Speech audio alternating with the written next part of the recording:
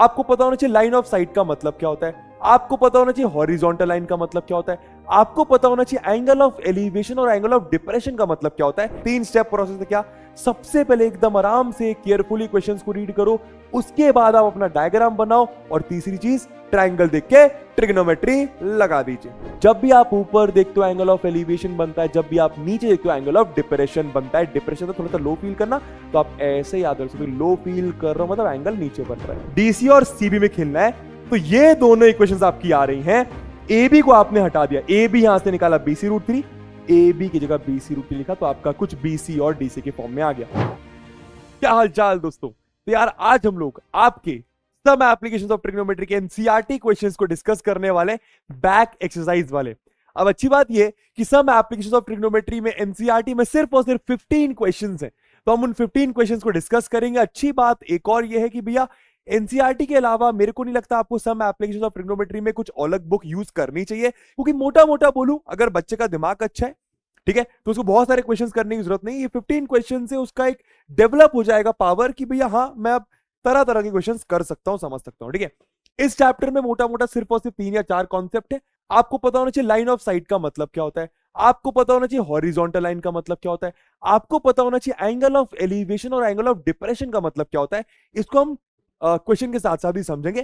Chapter का मकसद में ये नहीं है कि मैं आपको सारी चीजें समझाऊं फिर से, पर फिर भी मैं आपको क्वेश्चन में समझा दूंगा। ठीक है, तो बिना किसी देरी के स्टार्ट करते हैं NCERT discussion of some applications of trigonometry. किसी किसी बुक में इसको हाइट्स एंड डिस्टेंसेस भी कहा जाता है। ठीक है, अच्छा इस चैप्टर बोल रहा हूं, चैप्टर इस चैप्टर के लिए प्री रिक्विजिट ये है कि भैया आपको ट्रिग्नोमेट्री करना आना चाहिए। मतलब आपको पता होना चाहिए कि साइन थीटा आपका परपेंडिकुलर और हाइपोटेन्यूज का रेशियो होता है, कॉस थीटा आपका बेस और हाइपोटेन्यूज का रेशियो होता है, टैन थीटा आपका परपेंडिकुलर और बेस का रेशियो होता है। इस चैप्टर में सबसे ज्यादा आपका टैन थीटा यूज होता है। तो सिर्फ और सिर्फ एक एक्सरसाइज है, फटाफट डिस्कशन को स्टार्ट करते हैं। बहुत ही आसान सा चैप्टर है, जरा ध्यान दीजिएगा। ठीक है, तो मेन बात ना करना क्या है, सबसे पहले क्वेश्चन को आराम से रीड करना। 3 पॉइंट्स बताऊंगा, ये 3 पॉइंट्स फॉलो करो, मजा आ जाएगा। सबसे पहले क्वेश्चन को आराम से, मतलब एकदम आराम से रीड करना है, फील करना है। उसके बाद क्वेश्चन रीड करते करते आपको डायग्राम बनाना है, और उसके बाद बिना सोचे समझे ट्रायंगल देखकर ट्रिग्नोमेट्री लगाना है। क्या बोला मैंने, 3 स्टेप प्रोसेस है क्या।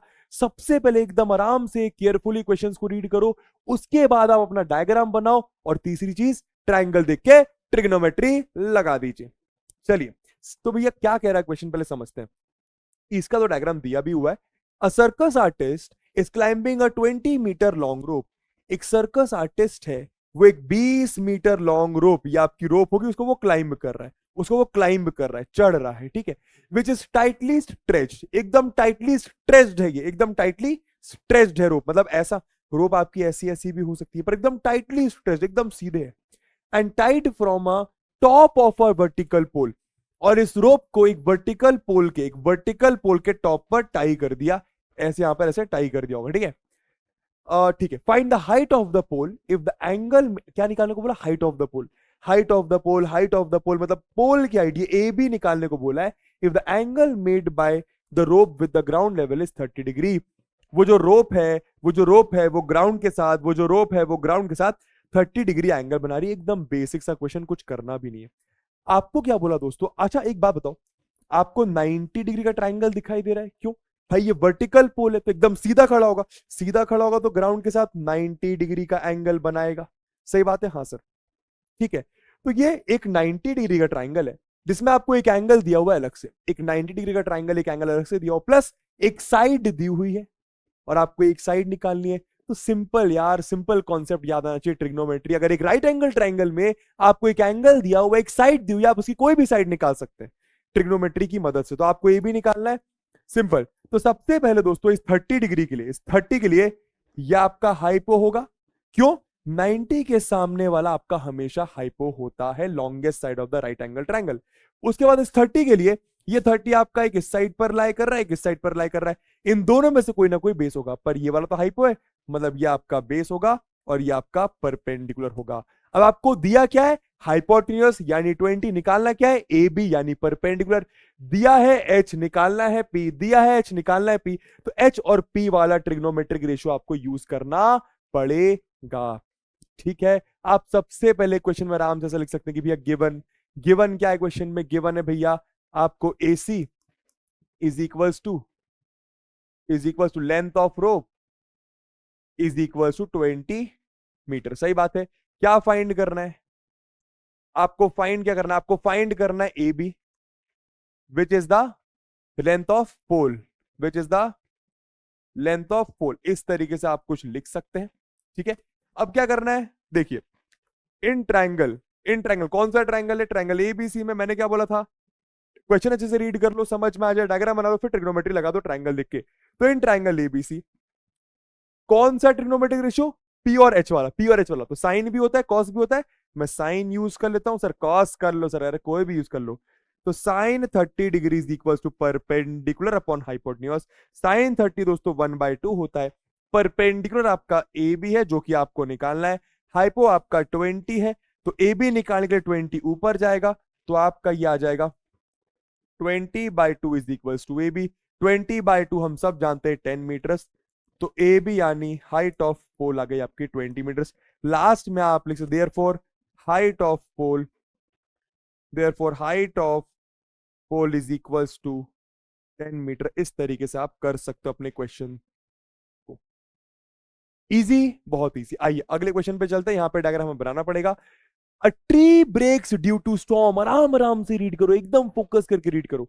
अ tree breaks due to storm. आप ऐसे समझो कोई ट्री ऐसा होगा, ठीक है, मानो स्टॉर्म की वजह से, आंधी तूफान की वजह से कभी कभी पेड़ अपने टूट जाते हैं ना, ब्रेक हो जाते हैं। तो मान लो यहां से ट्री ब्रेक हो गया, तो ऐसा कुछ हो गया होगा। समझना मेरी बात ध्यान से ना। एंड द ब्रोकन पार्ट, अब जो ब्रोकन पार्ट है ट्री का, बेंड हो जाता है। मान लो ये ट्री है, ये ट्री ब्रोकन पार्ट ऐसे बेंड हो जाता होगा, ऐसे ऐसे बेंड हो जाता होगा। समझ में आया? So that the top of the tree touches the ground. आराम से समझो दोस्तों। मानो ये ट्री होगा, ट्री, बिल्डिंग, इन सबको आप एक स्ट्रेट लाइन से डिनोट कर सकते हैं। ठीक है, मानो ये ट्री होगा। अब हुआ क्या, ये आपका ग्राउंड है, ये मान लो आपका ग्राउंड है। ठीक है, अच्छा, अब मानो ट्री आपका यहां से ऐसा बेंड हुआ। जरूरी नहीं है कि एकदम बीच से टूटे, कहीं से भी टूट सकता है। मानो ट्री आपका यहां से बेंड हुआ, तो मुझे बताओ ये जो पार्ट है, ये जो पार्ट है ये ऐसा बेंड होगा, ये जो पार्ट है ये ऐसा बेंड होगा, सोच के देखो। ये जो पार्ट है ये ऐसा बेंड होगा, सोच के देखो। हाँ सर, तो जो ट्री का टॉप है वो ग्राउंड को आके टच होगा।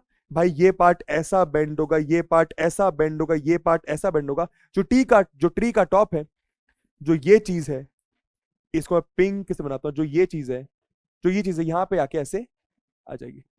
समझ में आई ये चीज? ठीक है, अच्छा। So that the top of the tree touches the ground. Tree का टॉप ग्राउंड को टच करता है, ट्री का टॉप ग्राउंड को टच करता है। ठीक है, making an angle of 30 degree with it. Making an angle of 30 degree with it. आराम आराम से क्वेश्चन रीड करो, समझ में आएगा। ट्री का टॉप ग्राउंड को टच करता है, making an angle of 30 degree with it का मतलब विथ ग्राउंड। ठीक है, the distance between the foot of the tree, इसकी बात करें, ट्री के फुट की बात करें, ट्री की फुट की बात करें, to the point where the top touches the ground is 8 metre. आराम से रीड करो, किस किस चीज के बीच में डिस्टेंस देना? The distance between the foot of the tree, tree के फुट और where the top touches the ground, where the top touches the ground. दोस्तों आपको ये चीज 8 मीटर दी है। समझ में आया? Find the height of the tree. आपको ट्री की हाइट निकालना है। आपको ट्री की हाइट निकालना, मान लो ये ए, ये बी, ये सी, ये आपका डी। समझ में आ रहा है? क्लियर हो रहा है? अच्छा एक बात तो क्लियर है, जितना ए बी होगा उतना बी डी होगा, जितना ए बी होगा उतना बी डी होगा। क्यों? क्यों? अरे भैया यही पार्ट तो यहां पर आके टच हुआ है। आप चाहो तो उसको आप ऐसा भी बना सकते हो। नहीं नहीं, ऐसा नहीं। इतना तो आपको क्लियर है कि जो ए बी, जितना ए बी होगा उतना आपका बी डी होगा, क्योंकि यही तो ब्रोकन पार्ट यहां पर आया। समझ में आया? आपको ट्री की हाइट निकालना मतलब आपको एसी निकालना है। समझ में आ रहा है? ठीक है सर। अच्छा, तो सबसे पहले गिवन में आप क्या लिख सकते हैं? गिवन में आप लिख सकते हैं भैया कि आपको दिया हुआ है C D is equals to 8 metre. क्या है ये? Distance, distance between between the foot of tree to the top of tree. इस तरीके से आप लिख सकते हो एग्जाम में, उसको अच्छा लगता है सामने टीचर को चेक करने के लिए। ठीक है, उसके बाद भैया टू फाइंड, क्या फाइंड करना है? हमें फाइंड करना है हाइट ऑफ ट्री यानी एसी। हमें फाइंड करना है हाइट ऑफ ट्री यानी एसी फाइंड आउट करना है। अच्छा, कैसे निकालेगा? मैंने क्या बोला था, कुछ मत सोचो, ट्राइंगल देख के ट्रिग्नोमेट्री लगाइए। ओके सर, पर कौन सा रेशियो निकालना क्या है? आपको एसी निकालना है। एसी निकालना मतलब ऐसा कह सकता हूं कि ए बी प्लस बीसी निकालना है। अच्छा, पहले बीसी निकाल ले, पहले बीसी निकाल ले, ठीक है। तो 30 डिग्री के लिए ये क्या दिया हुआ है? बेस दिया हुआ है भाई, ये आपका 90 होगा, ये 90, तो ये तो पक्के से हाइपो हो गया। समझ में आ रहा है? 30 डिग्री के लिए ये आपका बेस हो गया, ये आपका परपेंडिकुलर हो गया। तो आपको बेस दिया हुआ है 8, निकालना परपेंडिकुलर है। आइए, तो इन ट्राइंगल डीबीसी क्या लिखेंगे? इन ट्राइंगल डीबीसी आप लोग कह सकते हैं कि भैया जी परपेंडिकुलर निकालना है, बेस दिया है पी और बी में आपका tan थीटा या फिर cot थीटा गिलता है। तो tan 30 degree is equal to perpendicular upon base. tan 30 की वैल्यू 1/√3 होती है, परपेंडिकुलर कितना? बीसी, और बेस कितना? डीसी। करो सॉल्व। तो 1/√3, बीसी आपको निकालना है, डीसी आपको 8 दिया हुआ है। तो बीसी निकालने के लिए यह आपका आ गया 8√3। 8√3 इज इक्वल टू बीसी। अब एक चीज हमेशा याद रखिए, जब भी नीचे √3 आ रहा है मतलब इर्रेशनल नंबर आ रहा है, आप इस चैप्टर में उसको रैशनलाइज करेंगे, या आप जानते हो ऊपर नीचे √3 मल्टीप्लाई करना। तो ऊपर आ गया आपका 8√3, नीचे आ गया आपका 3। नीचे 3 कैसे आया? √3 इंटू √3 3 होता है। तो ये आपके बीसी की वैल्यू आ गई, या आपके बीसी की वैल्यू आ गई। पर आपको सिर्फ बीसी नहीं चाहिए, आपको एसी चाहिए, मतलब एबी भी निकालना पड़ेगा। पर एबी कैसे निकालेंगे? एबी तो किसी ट्रायंगल का पार्ट ही नहीं है। एबी तो किसी ट्रायंगल का पार्ट ही नहीं, कोई बात नहीं, एबी उतना ही तो होगा जितना बीडी होगा। अरे ये पिंकी पिंकी पिंकी पिंकी ट्री का ब्रोकन पार्ट है, तो जितना बीडी होगा उतना एबी होगा। तो अब आप एक काम करो, बीडी निकाल लो। क्या? तो आपको बेस पता है, हाइपो निकालना है। बेस पता है, हाइपो निकालना है। बेस 8 है, हाइपो निकालना है। बेस और हाइपो में कौन सा trigonometry ratio? In triangle DBC आपने फिर से क्या लगाया? cos 30 is equal to base upon hypo में आपका cos खेलता है। तो cos 30 दोस्तों होता है आपका √3/2। बेस कितना? बेस आपका डीसी। हाइपो कितना? हाइपो आपका बीडी। तो बहुत बढ़िया, आपको निकालना है बीडी। रख लो पहले, डीसी की वैल्यू 8 है, ये आपका √3, ये आपका 2, ठीक है। ये आपका नीचे बीडी, तो बीडी ऊपर जाएगा, बीडी आपका ऊपर गया, 2 ऊपर गया, तो 16, 2 इंटू 8 16, नीचे आ गया √3। अब आप ऊपर भी √3 मल्टीप्लाई करो, नीचे भी √3 मल्टीप्लाई कर लो, तो बीडी की फाइनल वैल्यू आ गई आपकी 16√3/3 मीटर्स। बीडी आपका आ गया 16√3/3 मीटर्स। समझ में आया? पर अभी आपको क्या निकालना है? आपको निकालना है एसी। तो एसी किसके बराबर है? एसी आपका ए बी प्लस बीसी के बराबर है। पर एसी को आप लोग क्या लिख सकते हो? ए बी की जगह आप बी डी लिख दो, क्योंकि ए बी और बी डी बराबर है। B D plus B C करिए सॉल्व। तो बी डी कितना? बी डी आपका 16√3/3, और बी सी कितना? 8√3/3। 8√3/3। तो दोस्तों नीचे 3 लिखा हुआ है, तो डिनोमिनेटर अगर सेम है तो numerator as it is plus हो जाएगा। 16√3 प्लस 8√3 होता है 24√3। 3 8 जा 24। दोस्तों ये आपका आ गया AC यानी हाइट ऑफ ट्री 8√3 मीटर्स। तो यहां पे आप क्या लिखोगे? Therefore height of tree is equals to 8√3 metres. Clear है? मेरे ख्याल से क्लियर होगा। समझ में आया भैया? ठीक है भैया, चलिए आगे चलते हैं। तो आसान सा क्वेश्चन था। नेक्स्ट क्वेश्चन आराम से रीड करके बस डायग्राम बनाना इंपॉर्टेंट है। थोड़ा सा तो छोटा करते हैं ताकि हमें जगह मिले क्वेश्चन करने के लिए, थोड़ा सा लंबा क्वेश्चन है, ठीक है। आराम से रीड करो, क्वेश्चन बहुत आसान है। क्या लिखा हुआ है? वही 3 पॉइंट्स आते हैं, 3 मैजिकल पॉइंट्स। आराम से क्वेश्चन को रीड करो, डायग्राम बनाओ, ट्रायंगल देख के ट्रिग्नोमेट्री लगाई। अच्छा sorry, a contractor plans to install 2 slides, फिसल पट्टी। स्लाइड्स क्या भैया? फिसल पट्टी। स्लाइड्स क्या भैया? फिसल पट्टी। अरे वो होता है ना भैया बच्चों वाला, जिसमें हम लोग भी खेल लेते हैं कभी कभी। A contractor plans to install 2 slides for the children to play in a park, बच्चों के लिए। For the children below the age of 5 years, 5 साल से छोटे बच्चों के लिए, she prefers to have a slide whose top is at a height of 1.5 metre. वो एक ऐसी स्लाइड बनाना चाहती है जिसका टॉप 1.5 मीटर पे हो ग्राउंड से, जिसका टॉप 1.5 मीटर पे हो ग्राउंड से। समझ में आ रहा है? ठीक है। एंड इज इंक्लाइंड मतलब एंगल बना रही है at an angle of 30 degree to the ground. तो दोस्तों कुछ ऐसा होगा, समझना। कुछ आपको, ये आपकी फिसल पट्टी है, ये आपकी फिसल पट्टी है। ये फिसल पट्टी की जो हाइट है ये 1.5 मीटर है ग्राउंड से ऊपर। समझ में आ रहा है? ठीक है सर, है ना? ठीक है। और ग्राउंड के साथ ये फिसल पट्टी ग्राउंड के साथ 30 डिग्री का एंगल बना रही है। ठीक है। वेरियस फॉर एल्डर चिल्ड्रन, बड़े बच्चों के लिए, तो 5 साल से छोटे बच्चों के लिए। Whereas for elder children she wants to have a steep slide at a height of 3 metre. बड़े बच्चों के लिए उसको और बड़ी स्लाइड रखनी है, बड़े बच्चों के लिए उसको और बड़ी स्लाइड, मतलब 30 मीटर से रखनी, कुछ ऐसा इमेजिन करो, 30 मीटर्स की स्लाइड रखनी है। समझ में आ रहा है? और क्या, an incline at an angle of 60 degree, तो वो और स्टीप है, वो और ऊपर जा रही है, तो उसका ग्राउंड के साथ एंगल 60 डिग्री बन रहा है। समझ में आया? What should be the length of the slide in each case, क्या पूछा? What should be the length of slide in each case, what should be the length of slide, length of slide पूछा, मतलब क्या पूछा? यहां पे ये आपकी स्लाइड है, इसकी लेंथ निकालनी है, यहाँ पे ये आपकी स्लाइड है, आपको इसकी लेंथ निकालनी है। तो वही बात, ट्राइंगल दिया है, ट्रिग्नोमेट्री लगाना है, बस कौन सा ट्रिगो रेशियो लगाना है। देखो 60 डिग्री के लिए ये आपका परपेंडिकुलर है, ये आपका हाइपो है, तो आपको हाइपो निकालना है। 30 के लिए ये आपका परपेंडिकुलर है, ये आपका हाइपो, आपको हाइपो निकालना है। सबको पता है ये आपका 90 के सामने वाला आपका हमेशा हाइपो होता है। ठीक है, तो बस करते हैं। पी दिया है, एच निकालना है, तो in triangle P R Q, direct क्या, in triangle P R Q आप लोग क्या कह सकते हैं कि भैया perpendicular upon hypo is equal to sine 60 degree. तो परपेंडिकुलर कितना, परपेंडिकुलर है आपका पी क्यू अपॉन हाइपो कितना, P R is equal sine 60, दोस्तों √3/2 होता है। पी क्यू आपका 30 है, पी आर आपको निकालना है, बड़े बच्चों के लिए स्लाइड की लेंथ √3/2, ये दोस्तों 3 है ना, 30 नहीं, ये 3 है ना दोस्तों, this is your 3, this is not 30, this is 3 metre, yes और नो, यस और नो, हाँ 3 मीटर से। ठीक है, तो ये आपका 3, आपको पी आर निकालना है, ये आपका √3/2, तो 2 पर गया, तो 6/√3 आपका पी आर के बराबर।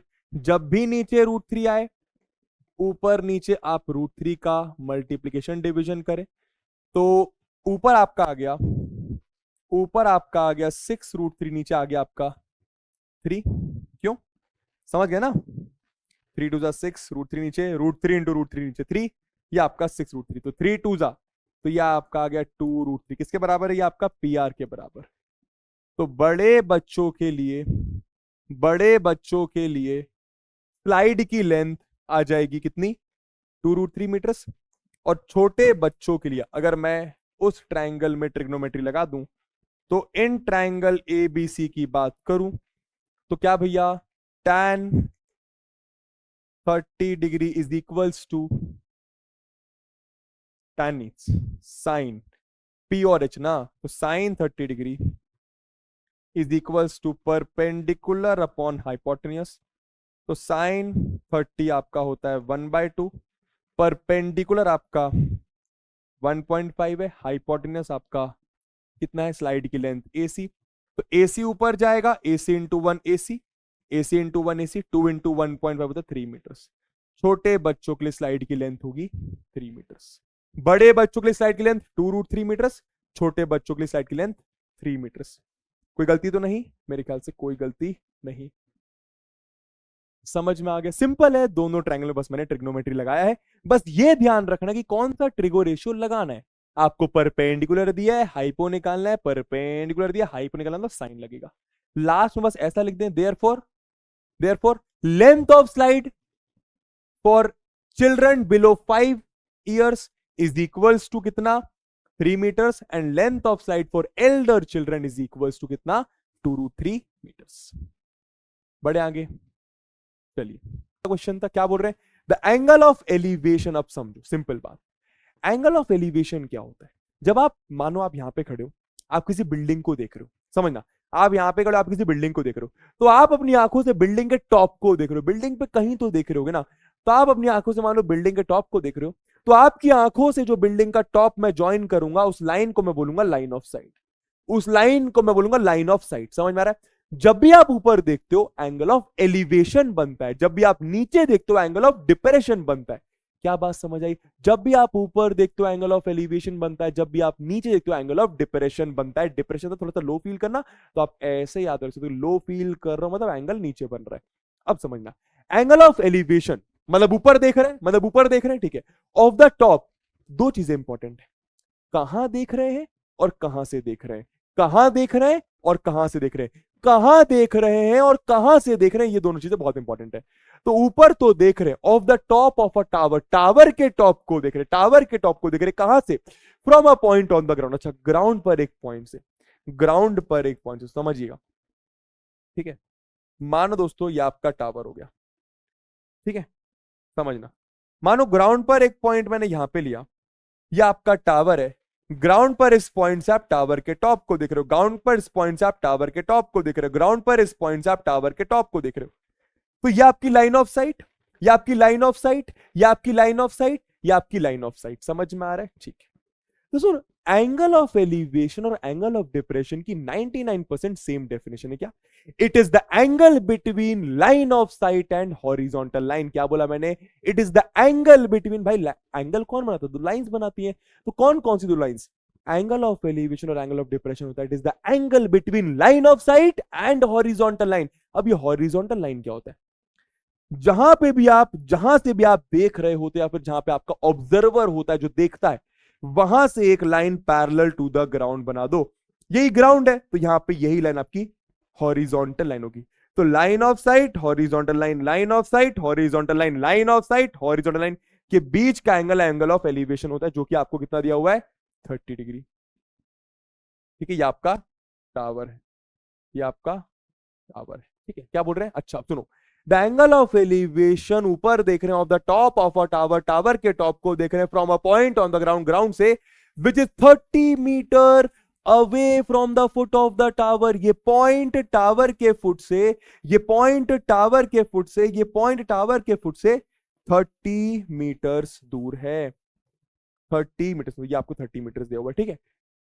Find the height of the tower. दोस्तों आपसे टावर की हाइट निकालने को बोला, आपसे टावर की हाइट निकालने को बोला गया। सिंपल, सबसे पहले आप लिख दीजिए कि भैया यहाँ पे आपका बीसी क्या है। What is BC? Distance between, ये लिखने का तरीका होता है, distance between, distance between foot of tower and the point. समझ में आया? जो कि आपको दिया भी हुआ है, कितना? 30 मीटर्स। फाइंड क्या करना है? टू फाइंड, क्या फाइंड करना है भैया? आपको फाइंड करना हाइट ऑफ टावर, आपको फाइंड करना हाइट ऑफ टावर। तो बस इन ट्रायंगल कौन सा? आप ट्रायंगल एबीसी देखिए, कितना आसान क्वेश्चन है दोस्तों। इन ट्रायंगल एबीसी 30 डिग्री के लिए, 30 डिग्री के लिए, ये आपका बेस, ये आपका परपेंडिकुलर। भाई बेस दिया है, परपेंडिकुलर यानी हाइट ऑफ टावर निकालना है, तो tan 30 यूज होगा। तो क्या लिखोगे? tan 30 degree perpendicular upon base. tan 30 कितना होता है भैया? tan 30 होता है आपका 1/√3। परपेंडिकुलर कितना? ए बी यानी टावर की हाइट, ए बी यानी टावर की हाइट, और ये आपका बी सी रख दो। तो 1/√3 ये आ गया आपका ए बी। बी सी कितना? बी सी आपका 30, तो 30 ऊपर जाएगा, हाँ सर। तो यह रहेगा 30/√3 is equals to A B. जब भी नीचे √3 तो ऊपर नीचे √3 मल्टीप्लाई करो। दोस्तों ऊपर आपका आ गया 30√3, नीचे √3 इंटू √3 होता है, ये आ गया आपका ए बी। तो फाइनल आंसर क्या आ गया? 3 टाइम्स आ, तो फाइनल आंसर आ गया आपका 10√3 metres is equals to A B. Last में आप लोग क्या लिखेंगे? Therefore height of tower is equals to 10√3 metres. Clear? आसान। चलिए नेक्स्ट क्वेश्चन क्या दे रहे हैं? A kite is flying at a height of 60 metre above the ground.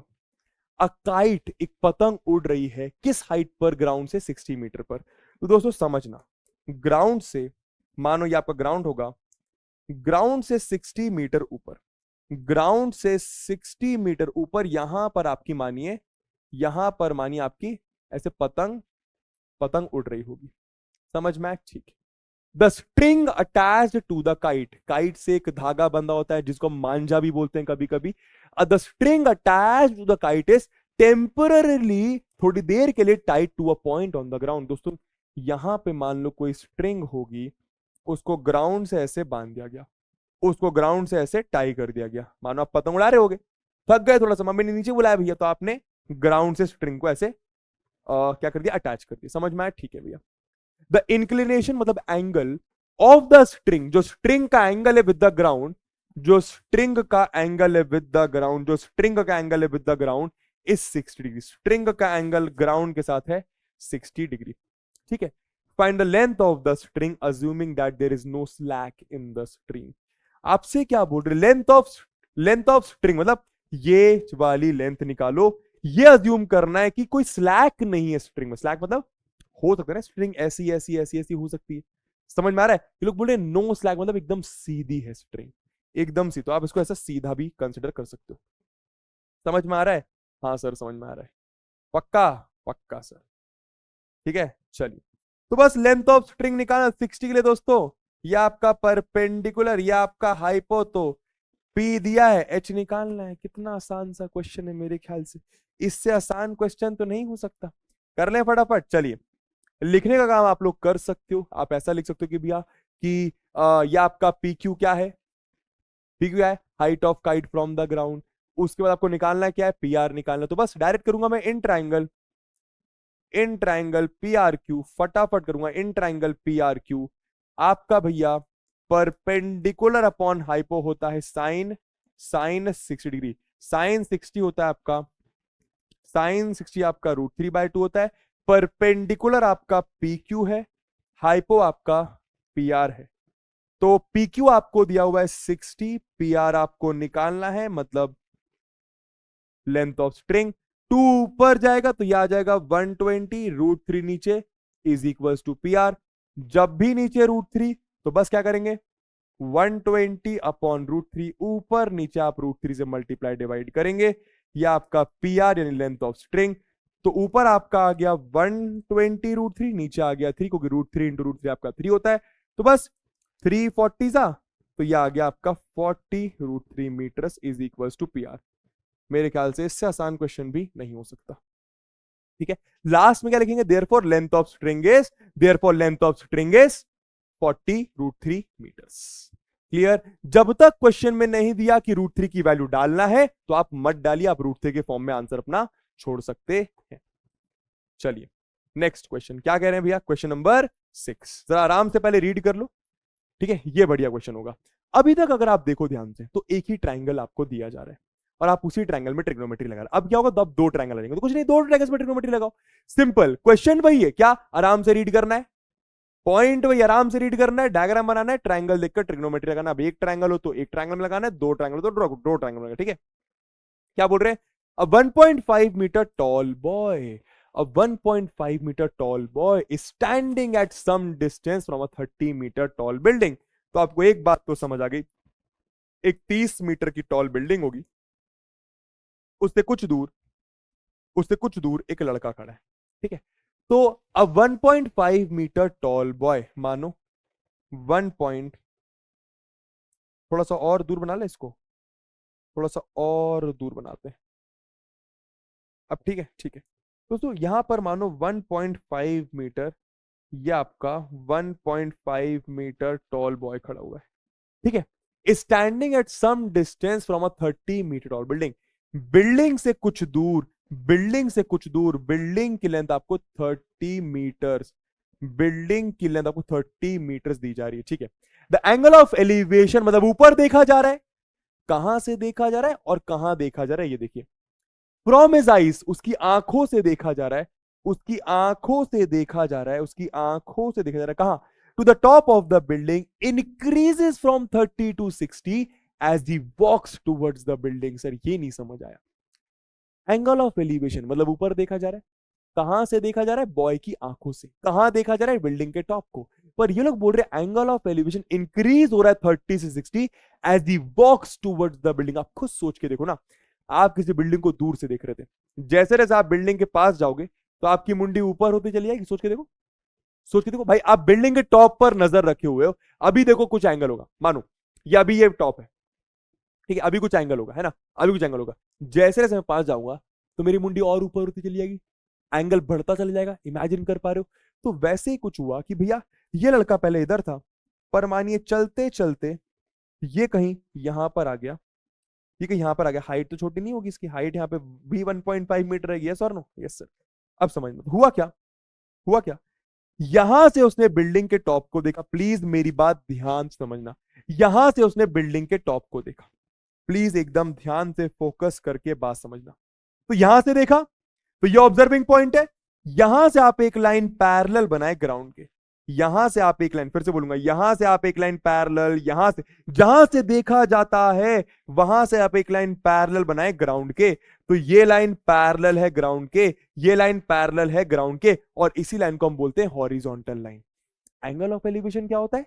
ये आपकी line of site, line of sight horizontal line, line of sight horizontal line, line of sight horizontal line, यह आपका angle of elevation होगा, यह आपका angle of elevation होगा। वैसी वैसी अब ये यहां पर आ गया, यहां से भी बिल्डिंग के टॉप को देख रहा होगा, यहां से भी बिल्डिंग के टॉप को देख रहा होगा। क्या बात समझ आ रही है? आ रही है सर, ठीक है। तो वही बात, line of sight horizontal line, line of sight horizontal line, यह आपका एंगल ऑफ एलिवेशन। क्या हो रहा है, एंगल ऑफ एलिवेशन पहले 30 था, अब आपका 60 बन गया, और ये जाहिर सी बात है ये सब आपका 90 ये आपको पता ही है, ठीक है। क्या करो, डायग्राम को नेम कर दो कि ये आपका ए, ये आपका बी, ये आपका सी, ये आपका डी, ये आपका ई, ये आपका एफ, ये आपका जी पॉइंट, ठीक है। पूछा क्या है, find the distance he walked towards the building, find the distance he walked towards the building, find the distance he walked towards the building. तो क्या निकालने को बोला है, बस ये बताइए। To find the distance he walked towards the building, वो बिल्डिंग की तरफ जा रहा है, कितना डिस्टेंस उसने बिल्डिंग की तरफ वॉक करा, मतलब आपको भाई वो ई से डी चला गया ना, मतलब आपको ईडी निकालना है, मतलब आपको ईडी निकालना। अच्छा, ईडी को मैं जीएफ भी कह सकता हूं, एक ही बात है, ईडी को मैं जीएफ भी कह सकता हूं, एक ही बात है। वैसे ही आपको एक और बात समझ में आनी चाहिए कि जो एफ ई होगा वही जीडी होगा और वही बीसी होगा। बाय कंस्ट्रक्शन आपको कुछ बातें समझ में आनी चाहिए, क्या कि भैया बाय कंस्ट्रक्शन, बाय कंस्ट्रक्शन आपको समझ में आना चाहिए कि जो एफ जी होगा वो ईडी के बराबर होगा। निकालना क्या आपको, ईडी स्लैश आप एफ जी भी कह सकते हो, ठीक है। और क्या, और क्या इक्वल होगा भैया, जो एफ ई होगा वो जीडी के बराबर होगा, जो एफ ही होगा वो जीडी के बराबर होगा, और ये फर्दर आपका बीसी के बराबर होगा, यस और नो? वैसे ही आप समझ पा रहे हो, ये आपका इसके बराबर होगा, पर उससे कोई काम हमें नहीं आएगा। अच्छा, अब दोस्तों ये 1.5 है, ये 1.5 होगा, तो ये भी 1.5 होगा, यस और नो?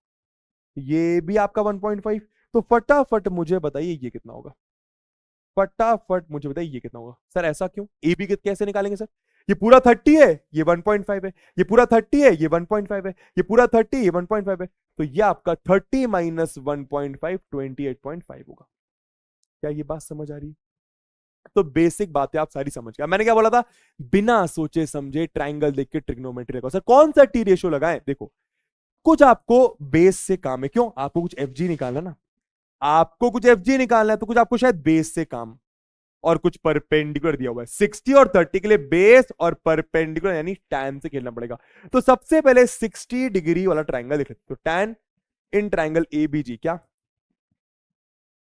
इन ट्राइंगल एबीजी, आप लोग बोलेंगे टैन 60, जरा ध्यान देना, आप लोग बोलेंगे क्या, tan 60 is equals to A B upon G B, सही बात है, perpendicular A B upon G B आपका बेस है, टैन 60 होता है आपका √3, टैन 60 की होती है √3, ए बी कितना दोस्तों 28.5, ए बी आपका 28.5, और जी बी आपको पता नहीं, तो यहां से एक अच्छी बात हुई कि आपका जी बी निकल गया, जी बी आपका ऊपर गया, ध्यान दीजिएगा, यह आ गया आपका 28.5 अपॉन √3।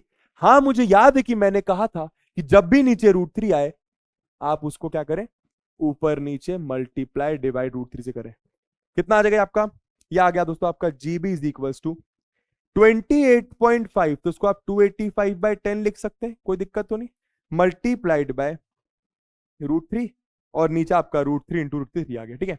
अब देखो 3 1 जा, हाँ सर 3 9 1 3 5 जा दोस्तों, तो जीबी आपका आ गया 9.5 √3 मीटर। सर 9.5 कैसे, 95/10 9.5 होता है, तो जीबी आपका आ गया। कुछ नहीं सोचना, हमने कुछ सोचा क्या, बिना सोचे समझे ट्राइंगल देख के ट्रिग्नोमेट्री लगा, आपका जीबी अपने आप आ गया। अब एक और ट्राइंगल दिखाई दे रहा हो, कौन सा, ए एफ बी 30 डिग्री वाला, तो बस उसमें भी लगा दे in triangle A F B, बिना सोचे समझे चीजें करनी है। In triangle A F B आपने लगाया क्या, tan 30 डिग्री इक्वल्स टू क्या, परपेंडिकुलर अपॉन बेस।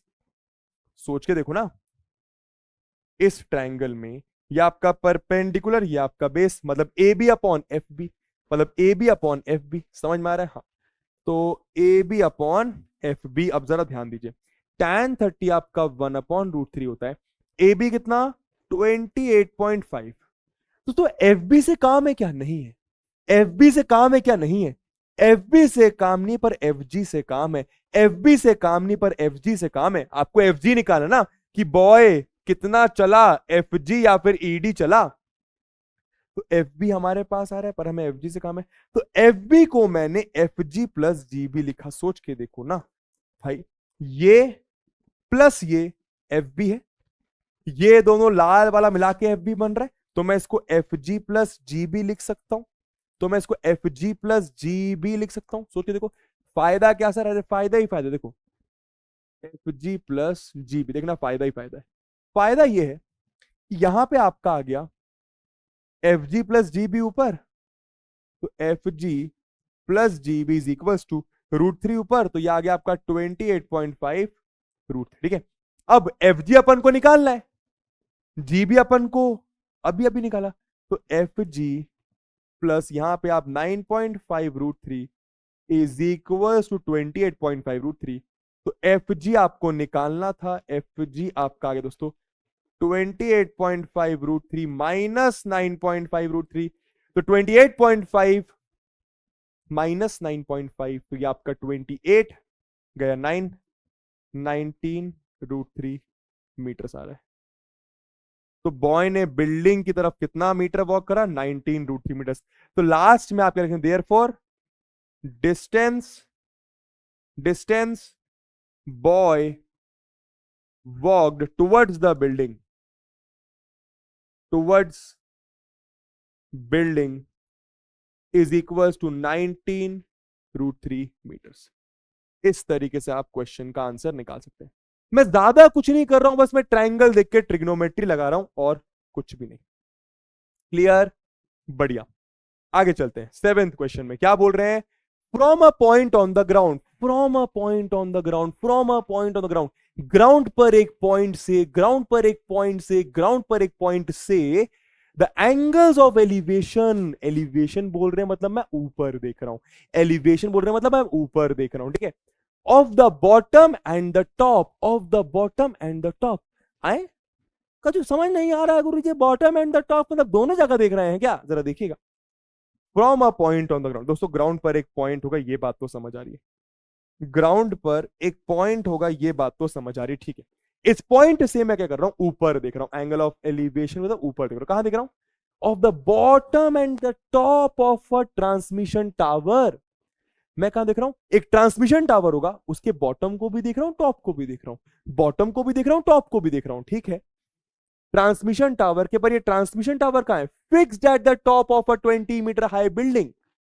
ये ट्रांसमिशन टावर कहां पर है, फिर से रीड करो, the angle of elevation of the bottom and the top, मतलब मैं बॉटम में भी देख रहा हूं, टॉप में भी देख रहा हूं, किसके, ट्रांसमिशन टावर के, fixed at the top of a 20 metre high building. दोस्तों ऐसा समझो, यहां पे आपकी 20 मीटर की, यहां पे आपकी मानिए 20 मीटर की ऐसी बिल्डिंग होगी, ये आपकी 20 मीटर की बिल्डिंग है, इसके ऊपर आपका टावर होगा, इसके ऊपर मानिए आपका ऐसा टावर होगा, ट्रांसमिशन टावर। समझ में आ रहा है, ठीक है, ओके सर। अब मैं क्या कर रहा हूं समझना, तो यहां से मैं ट्रांसमिशन टावर के बॉटम को भी देख रहा हूं, फिर से यहां से मैं ट्रांसमिशन टावर के बॉटम को देख रहा हूं, तो ये लाइन ऑफ साइट, ये लाइन ऑफ साइट, ये लाइन ऑफ साइट, अच्छा आराम से।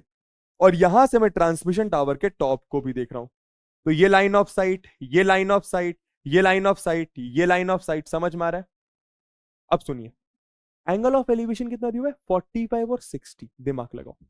जब आप बॉटम को देख रहे हो तो 45 डिग्री बन रहा है, टॉप को देख रहे हो तो 60 बन रहा है, जो कि आपको समझ में आता है। आप किसी चीज के इधर देखोगे तो थोड़ा सा कम मुंडी ऊपर करना पड़ेगा, इधर देखोगे थोड़ा सा और मुंडी ऊपर करना पड़ेगा, वैसा वाला सीन है ना। अब देखो, line of sight horizontal line, line of sight horizontal line, इन दोनों के बीच का एंगल आपका angle of elevation. Line of sight horizontal line, line of sight horizontal line, इन दोनों के बीच का एंगल आपका एंगल ऑफ एलिवेशन 60 डिग्री दिया हुआ है। ठीक है, या आपका ए बोल दो, या आपका बी बोल दो, या आपका सी बोल दो, या आपका डी बोल दो। Diagram clear? ठीक है। क्या बोल रहे हैं? Find the height of the tower. क्या निकालने को बोला आपसे? आपसे ए बी निकालने को बोला है। आपसे height of the tower A B निकालने को बोला है। सर क्या करें, कैसे करें? ट्रायंगल दिख रहा है, लगा दो ट्रिग्नोमेट्री। सर कौन सा ट्रायंगल? अरे सब में लगा दो। बीडीसी दिखाई दे रहा है 45 डिग्री वाला, तो इन ट्रायंगल डीबीसी आपने क्या लिखा? tan 40। सर tan क्यों लिख रहे हो दोस्तों? 45 और 60 के लिए कुछ तो परपेंडिकुलर टाइप का दिया भी है, निकालना भी है। सर पर बेस क्यों ले रहे हो? क्योंकि दोनों ट्रायंगल में अगर आप ध्यान से देखो, अगर आप दोनों ट्रायंगल में ध्यान से देखिए, ये बड़े वाले ट्रायंगल में और ये छोटे ट्रायंगल में, दोनों ट्रायंगल में आपका बेस कॉमन है। दोनों ट्रायंगल का बेस आपका डीसी कॉमन है, शायद हमारे यूज में आ जाएगा। ठीक है, चलिए तो tan 45 दोस्तों perpendicular B C upon DC base, BC upon DC solve करो।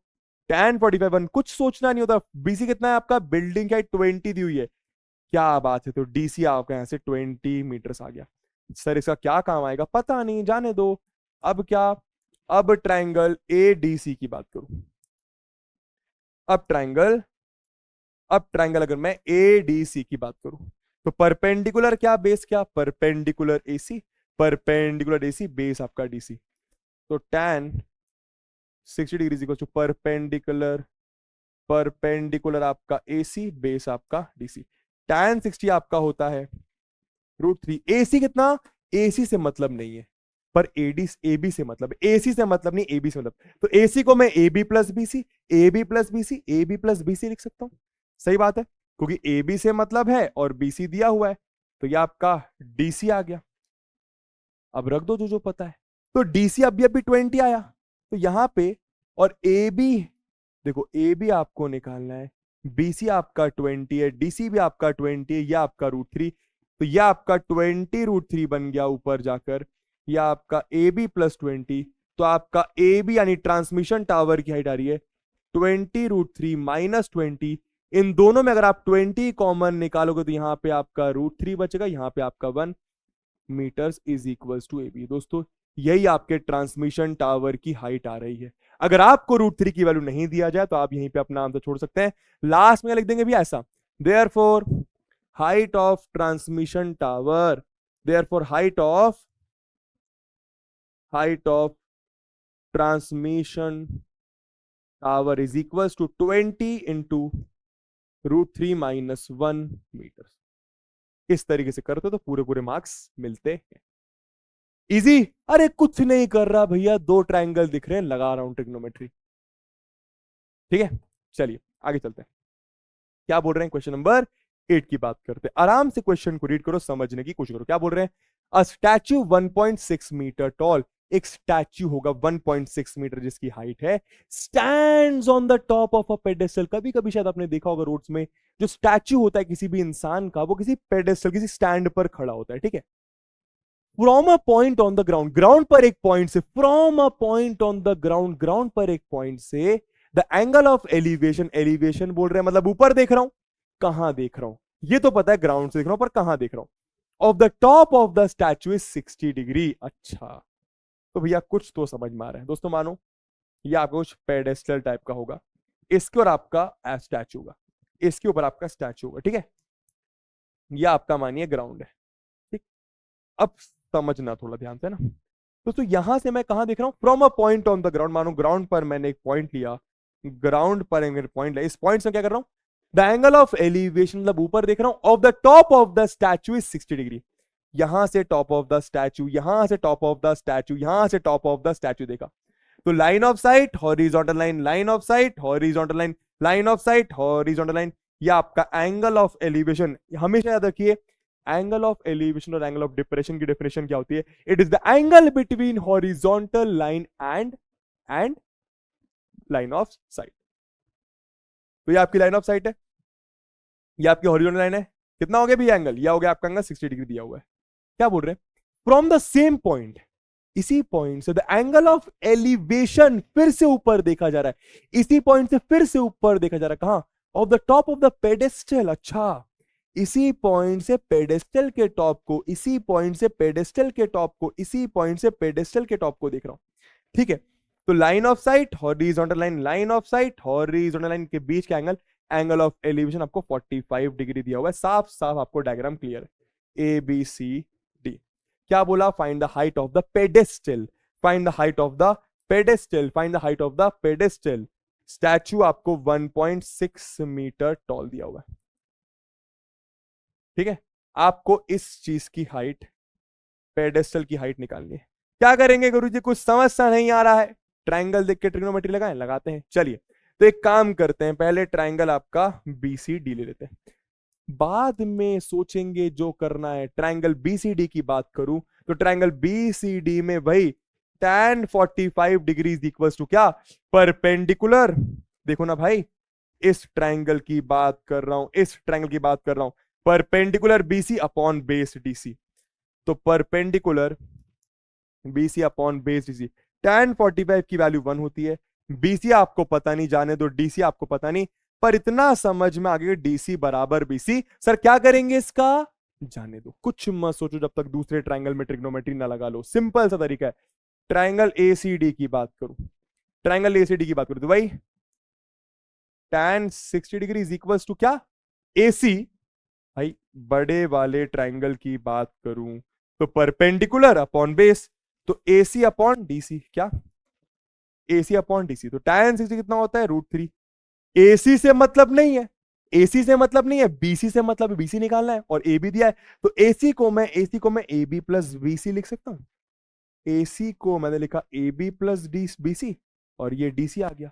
पर गुरुजी अब क्या करें? अब क्या करें? हमें निकालना है बीसी, समझना। यहां पे लिखा √3 दोस्तों। ए बी आपको 1.6 पता है, बीसी आपको निकालना है, नीचे आपका डीसी। सिंपल सी बात समझ आ रही कि बीसी यानी हाइट ऑफ पेडेस्टल निकालने के लिए आपको डीसी पता होना चाहिए। क्या डीसी पता है? इधर देखो, डीसी की जगह आप बीसी लिख सकते हो, डीसी की जगह आप बीसी लिख सकते हो। तो जैसी आप डीसी की जगह, जैसी आप डीसी की जगह बीसी लिखते हो, तो इस इक्वेशन में आपको 2 बार बीसी दिखाई देता है। बस सॉल्व कर लो आप। बीसी ऊपर गया तो बीसी इंटू √3 होता है, बीसी √3 इज इक्वल्स टू, ये कितना आ गया? 1.6 प्लस बीसी। बीसी निकालना है तो बीसी से आप साथ में करना पड़ेगा, तो ये आ गया आपका 1.6। ये बीसी इधर आएगा, तो बीसी √3 माइनस बीसी। जरा ध्यान देना, अपन को बीसी निकालना है, तो बीसी मैंने कॉमन लिया, तो यहां से इन दोनों से बीसी कॉमन लिया, तो यहां पे √3 बचेगा, यहाँ पे 1 बचेगा, यहाँ पे आ गया 1.6। तो दोस्तों बीसी यानी हाइट ऑफ पेडेस्टल आपकी 1.6, √3 माइनस 1 आपका नीचे, क्यों? क्योंकि यहाँ पे मल्टीप्लीकेशन, नीचे के डिविजन में। पर यह आपका फाइनल आंसर नहीं है। क्यों नहीं है? नीचे इररेशनल नंबर है, आपको रैशनलाइज करना पड़ेगा। तो बीसी की वैल्यू समझना, तो बीसी आपका आ रहा है 1.6 अपॉन √3 माइनस 1। आपको ऊपर नीचे 9th क्लास में आपको रैशनलाइजेशन सिखाया होगा, आप ऊपर नीचे √3 प्लस 1 इंटू √3 प्लस 1 से मल्टीप्लाई डिवाइड करेंगे, तो ऊपर कितना आ जाएगा? ऊपर आपका आ गया 1.6 इंटू √3 प्लस 1, और नीचे क्या आ जाएगा? इन दोनों को मल्टीप्लाई कैसे करेंगे? देखो, a minus B into A plus B क्या होता है? A square minus B square, A square minus B square. सही बात है ना भाई? a minus B into A plus B होता है A square minus B square. कहने का मतलब क्या? अब आप इन दोनों को मल्टीप्लाई कैसे करोगे? √3 जाके दोनों में होगा, -1 जाके दोनों में होगा, इतना लंबा क्यों करना है? डायरेक्ट ए स्क्वायर माइनस बी स्क्वायर लगाओ, तो ए स्क्वायर यानी √3 का स्क्वायर माइनस बी स्क्वायर मतलब 1 का स्क्वायर। तो यह आ गया आपका 1.6 इंटू √3 प्लस 1। √3 का स्क्वायर 3 होता है, 1 का स्क्वायर 1, तो ये आपका 2 आ जाएगा। ठीक है, तो 1.6 अपॉन 2 को आप सॉल्व कर ले, ये आपका 0.8 आएगा।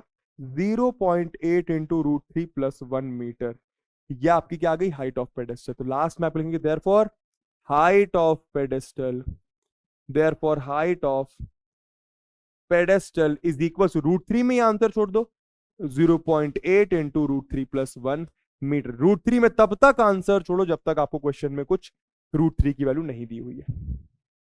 समझ में आ गया? क्वेश्चन वही है, एकदम सेम तरीका। क्वेश्चन रीड करो, डायग्राम बनाओ, ट्रायंगल देख के ट्रिग्नोमेट्री लगाओ। ठीक है, आइए नेक्स्ट क्वेश्चन पे चलते हैं। क्या बोल रहा है क्वेश्चन? आराम से रीड करना, ठीक है। अच्छा ये अच्छा सवाल है। द एंगल ऑफ एलिवेशन मतलब ऊपर देखा जा रहा है, मतलब ऊपर देखा जा रहा है, मतलब ऊपर देखा जा रहा है, मतलब ऊपर देखा जा रहा है, ठीक है। Of the top of a building, कहां देखा जा रहा है? बिल्डिंग के टॉप को। कहां देखा जा रहा है? बिल्डिंग के टॉप को। कहां से देखा जा रहा है? From the foot of a tower is 30 degree. बस इतनी लाइन रीड करो, जरा डायग्राम बनाओ, क्या बोल रहे हैं? द एंगल ऑफ एलिवेशन मतलब ऊपर देखा जा रहा है। दो चीजें इंपॉर्टेंट है, कहां से देखा जा रहा है और कहां देखा जा रहा है। Of the top of a building, building के टॉप को देखा जा रहा है, कहां से? From the foot of the tower. तो समझो जरा बात को दोस्तों, मानो ये आपका ग्राउंड होगा, ठीक है सर। मानो ये आपका टावर और मानो ये आपका बिल्डिंग। अभी आपको नहीं पता कि टावर बड़ा कि बिल्डिंग बड़ी, ठीक है, पर इतना समझ में आ रहा है कि टॉप ऑफ द बिल्डिंग को देखा जा रहा है फुट ऑफ द टावर से। तो टावर के फुट से कुछ बिल्डिंग के टॉप को देखा जा रहा है, टावर के फुट से कुछ बिल्डिंग के टॉप को, टावर के फुट से कुछ बिल्डिंग के टॉप को। मानो ये आपकी बिल्डिंग होगी, मानो ये आपकी बिल्डिंग होगी, इसको अपन फिर से बना देते हैं, ठीक है। टावर के फुट से बिल्डिंग के टॉप को, टावर के फुट से बिल्डिंग के टॉप को। तो दोस्तों line of sight horizontal line, line of sight horizontal line, angle of elevation आपको 30 डिग्री दिया हुआ है। अब क्या बोल रहे हैं? And the angle of elevation मतलब फिर से ऊपर देखा जा रहा है, पर कहां से देखा जा रहा है और कहां देखा जा रहा है, ये बहुत इंपॉर्टेंट है। Of the top of the tower, अब टावर के टॉप को देखा जा रहा है from the foot of the building. अब बिल्डिंग के फुट से टावर के टॉप को, बिल्डिंग के फुट से टावर के टॉप को, बिल्डिंग के फुट से टावर के टॉप को, बिल्डिंग के फुट से टावर के टॉप को देखा जा रहा होगा। पर टावर यहां पर होगा या यहां, मतलब टावर की हाइट बिल्डिंग से छोटी होगी या बड़ी होगी, वो आपका एंगल ऑफ एलिवेशन डिसाइड करेगा दोस्तों। 30 डिग्री के लिए मुंडी कुछ ऐसी करनी पड़ती है, पर ये एंगल 60 है, तो 60 के लिए तो मुंडी कुछ ऊपर करनी पड़ेगी ना। सोच के देखो भाई, 30 डिग्री के लिए मुंडी अगर इतनी करनी पड़ी, ऐसी करनी पड़ी, तो 60 के लिए और ऊपर करनी पड़ेगी। तो मुंडी अगर और ऊपर करनी पड़ रही है तो टावर बड़ा होगा, समझ रहे हो? तो टावर आपको कुछ मान लो कुछ बड़ा हो गया, बिल्डिंग के बॉटम से टावर के टॉप को, बिल्डिंग के फुट से टावर के टॉप को, बिल्डिंग के फुट से टावर के टॉप को। तो ये आपका लाइन ऑफ साइट, ये आपका हॉरिजॉन्टल लाइन, ये आपका लाइन ऑफ साइट, ये आपका हॉरिजॉन्टल लाइन। कितना एंगल ऑफ एलिवेशन दिया? 60 डिग्री। वही चीज कर लो, ए लिखो, बी लिखो, सी लिखो, डी लिखो, बिना सोचे समझे ट्रिग्नोमेट्री लगाओ। क्या बोला? If the tower is 50 metre, दोस्तों आपको टावर की हाइट दी हुई है 50 मीटर्स, आपको टावर की हाइट 50 मीटर्स दी हुई है। Find the height of the building, आपको बिल्डिंग की हाइट निकालना है। कितना आसान है। तो सबसे पहले ट्रिग्नोमेट्री लगा देते हैं भैया हरे वाले ट्रायंगल में, कोई दिक्कत? अरे कहीं पे भी लगा दो, ठीक है सर। ये 90 होगा ना? हाँ सर ये 90 होगा, ठीक है। चलिए, तो कौन सा 60 के लिए कुछ परपेंडिकुलर दिया है और कुछ बेस यूज कर लेते हैं, क्यों सर? दोनों ट्रायंगल का दोस्तों बेस सेम है इसलिए।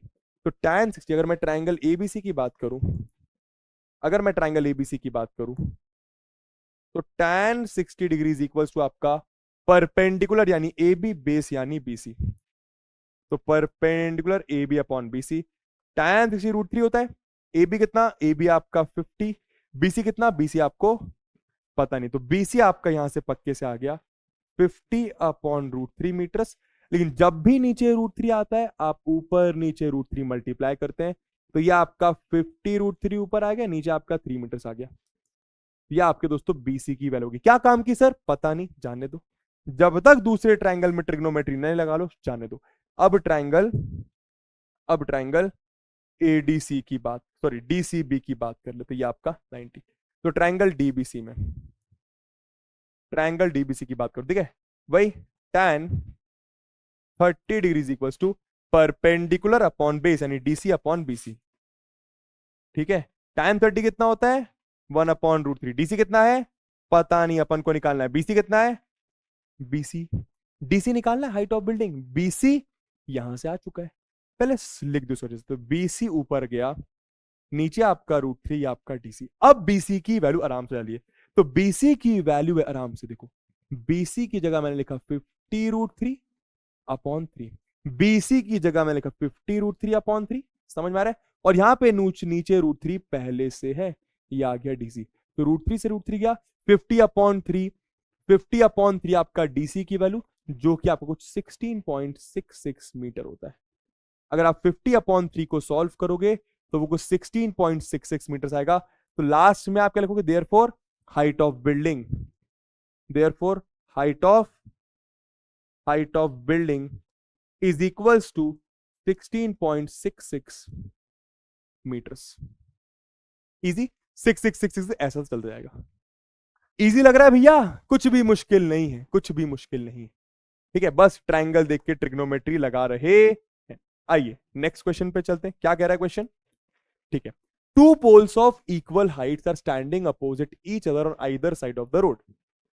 आराम से क्वेश्चन को रीड करना ताकि डायग्राम अच्छे से बन पाए। ठीक है, two poles of equal heights, दोस्तों दो पोल्स हैं इक्वल हाइट्स के, are standing opposite each other, ये दोनों पोल्स एक दूसरे के अपोजिट खड़े, on either side of the road. तो मानो ये रोड होगी, ये रोड होगी, एक पोल इधर है एक पोल इधर है, समझ में आया? ठीक है, तो मानो दोस्तों ये आपकी रोड होगी। ठीक है, ऐसा, ये अच्छा सवाल होगा मेरे ख्याल से। मानो ये आपकी रोड है, ठीक, रोड के एक साइड एक पोल है और रोड के दूसरे साइड एक और पोल है, दोनों की हाइट एकदम सेम है, दोनों की हाइट एकदम सेम है। ठीक है, इसको ए बी बोल दो, इसको सी डी बोल दो, दोनों की हाइट एकदम सेम है, मतलब ए बी आपका सी डी के बराबर, ये बात आपको याद रखनी है। क्या बोल रहे हैं?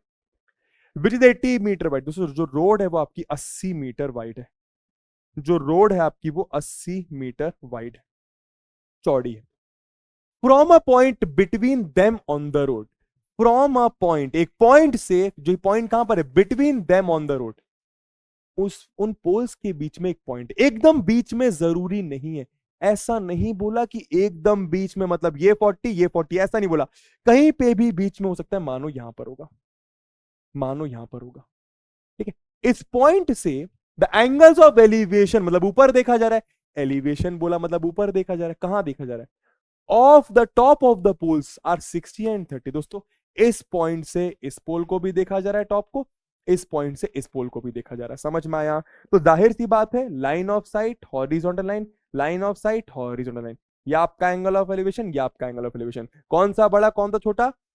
इसमें दोस्तों ज्यादा ऊपर देखना पड़ेगा एज कंपेयर टू ये। देखो भाई, इसमें तो इतना ही देखना पड़ रहा है, इसमें थोड़ा सा और मुंडी ऊपर, तो जाहिर सी बात है ये आपका कुछ 60 होगा, ये आपका कुछ 30 होगा, समझ में आ रहा है? ठीक है, इसको अपन ओ पॉइंट बोल देते हैं। ठीक है, find the height of the poles, तो क्या निकालना है, सबसे पहले क्लियर कर दूं, टू फाइंड, टू फाइंड क्या फाइंड करना है क्वेश्चन के हिसाब से अपन को, हाइट ऑफ द पोल, यानी A B equal to C D, A B equal to C D, दोनों बराबर है, आपको फाइंड करना, और क्या, and the distances of the point from the pole, उस पॉइंट का, उस पॉइंट का दोनों पोल से, दोनों पोल से डिस्टेंस, मतलब ओबी भी निकालना है और ओडी भी निकालना है, समझ में आ रहा है?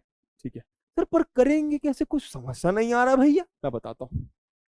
दो ट्रायंगल दिख रहे हैं, लगा दो ट्रिग्नोमेट्री। सर कौन सा रेशियो? देखो 30 के लिए ये परपेंडिकुलर ये बेस, 60 के लिए ये परपेंडिकुलर ये बेस, तो परपेंडिकुलर परपेंडिकुलर के बारे में कुछ दिया हुआ है कि दोनों इक्वल है, और बेस कुछ 80 सा दिया दिखाई दे रहा है, तो पी और बी लगाएंगे बिना ज्यादा सोचे समझे। सबसे पहले ट्राइंगल एबीओ की बात करता हूं। ट्राइंगल एबीओ में tan 60 is equals to A B upon BO, perpendicular upon base, रखो वैल्यूज, tan 60 होता है √3, ए बी आपको पता नहीं, और बीओ कितना है आपका? सर बीओ भी नहीं पता, जाने दो, बीओ भी नहीं पता, जाने दो। अब आपको एक, चलो छोड़ो, जाने दो अभी। अब इधर देखो, triangle, triangle C D O की बात करता हूं, ट्राइंगल सी डी ओ की बात करता हूं। ठीक है, ओके सर, तो ट्राइंगल सी डी ओ में वही बात, क्या तो ये tan 30 होगा ना शायद, ये tan 30, माफ करिएगा, ये आपका tan 30 है, tan 30, tan 30 आपका 1/√3 होता है। चलिए, tan 60 इज इक्वल टू वही बात, perpendicular C D upon base DO, C D upon DO, तो सी डी भी नहीं पता, डीओ भी नहीं पता, tan 60 पता है √3। सर पर अब क्या करें, अब क्या करें, कैसे करें, मैं बताता हूं। दो तरीके हैं इसके बात करने के। सोचो भाई, अगर आपको ये पूरा 80 पता है, आपको ये पूरा 80 पता है, मुझे बताओ अगर मैं इतने पार्ट को x कह देता हूं तो इतना पार्ट क्या होगा? ये पूरा 80 है, ये इसको मैंने x कह दिया, तो ये आपका 80 - x हो जाएगा। आप इस तरीके से भी वैल्यू लेके कर सकते हो, या फिर मैं तो आपको सिंपल तरीका बता रहा हूं। देखो क्या सिंपल तरीका, क्या अगर आप ध्यान दो दोस्तों, आपको बीओ नहीं पता, आपको डीओ नहीं पता, आपको बीओ नहीं पता, डीओ नहीं पता, बीओ नहीं पता, डीओ नहीं पता, पर बीओ प्लस डीओ पता है 80। फिर से बोलूंगा, आपको ना बीओ पता है अलग से, ना डीओ पता है, पर आपको बीओ प्लस डीओ पता है 80। तो आपने पता है क्या दिमाग लगाया, आप बीओ को इधर लेगा तो बीओ इज इक्वल टू आपका ये आ गया ए बी रूट थ्री। सही बात है, इसको आपने इक्वेशन वन बोला।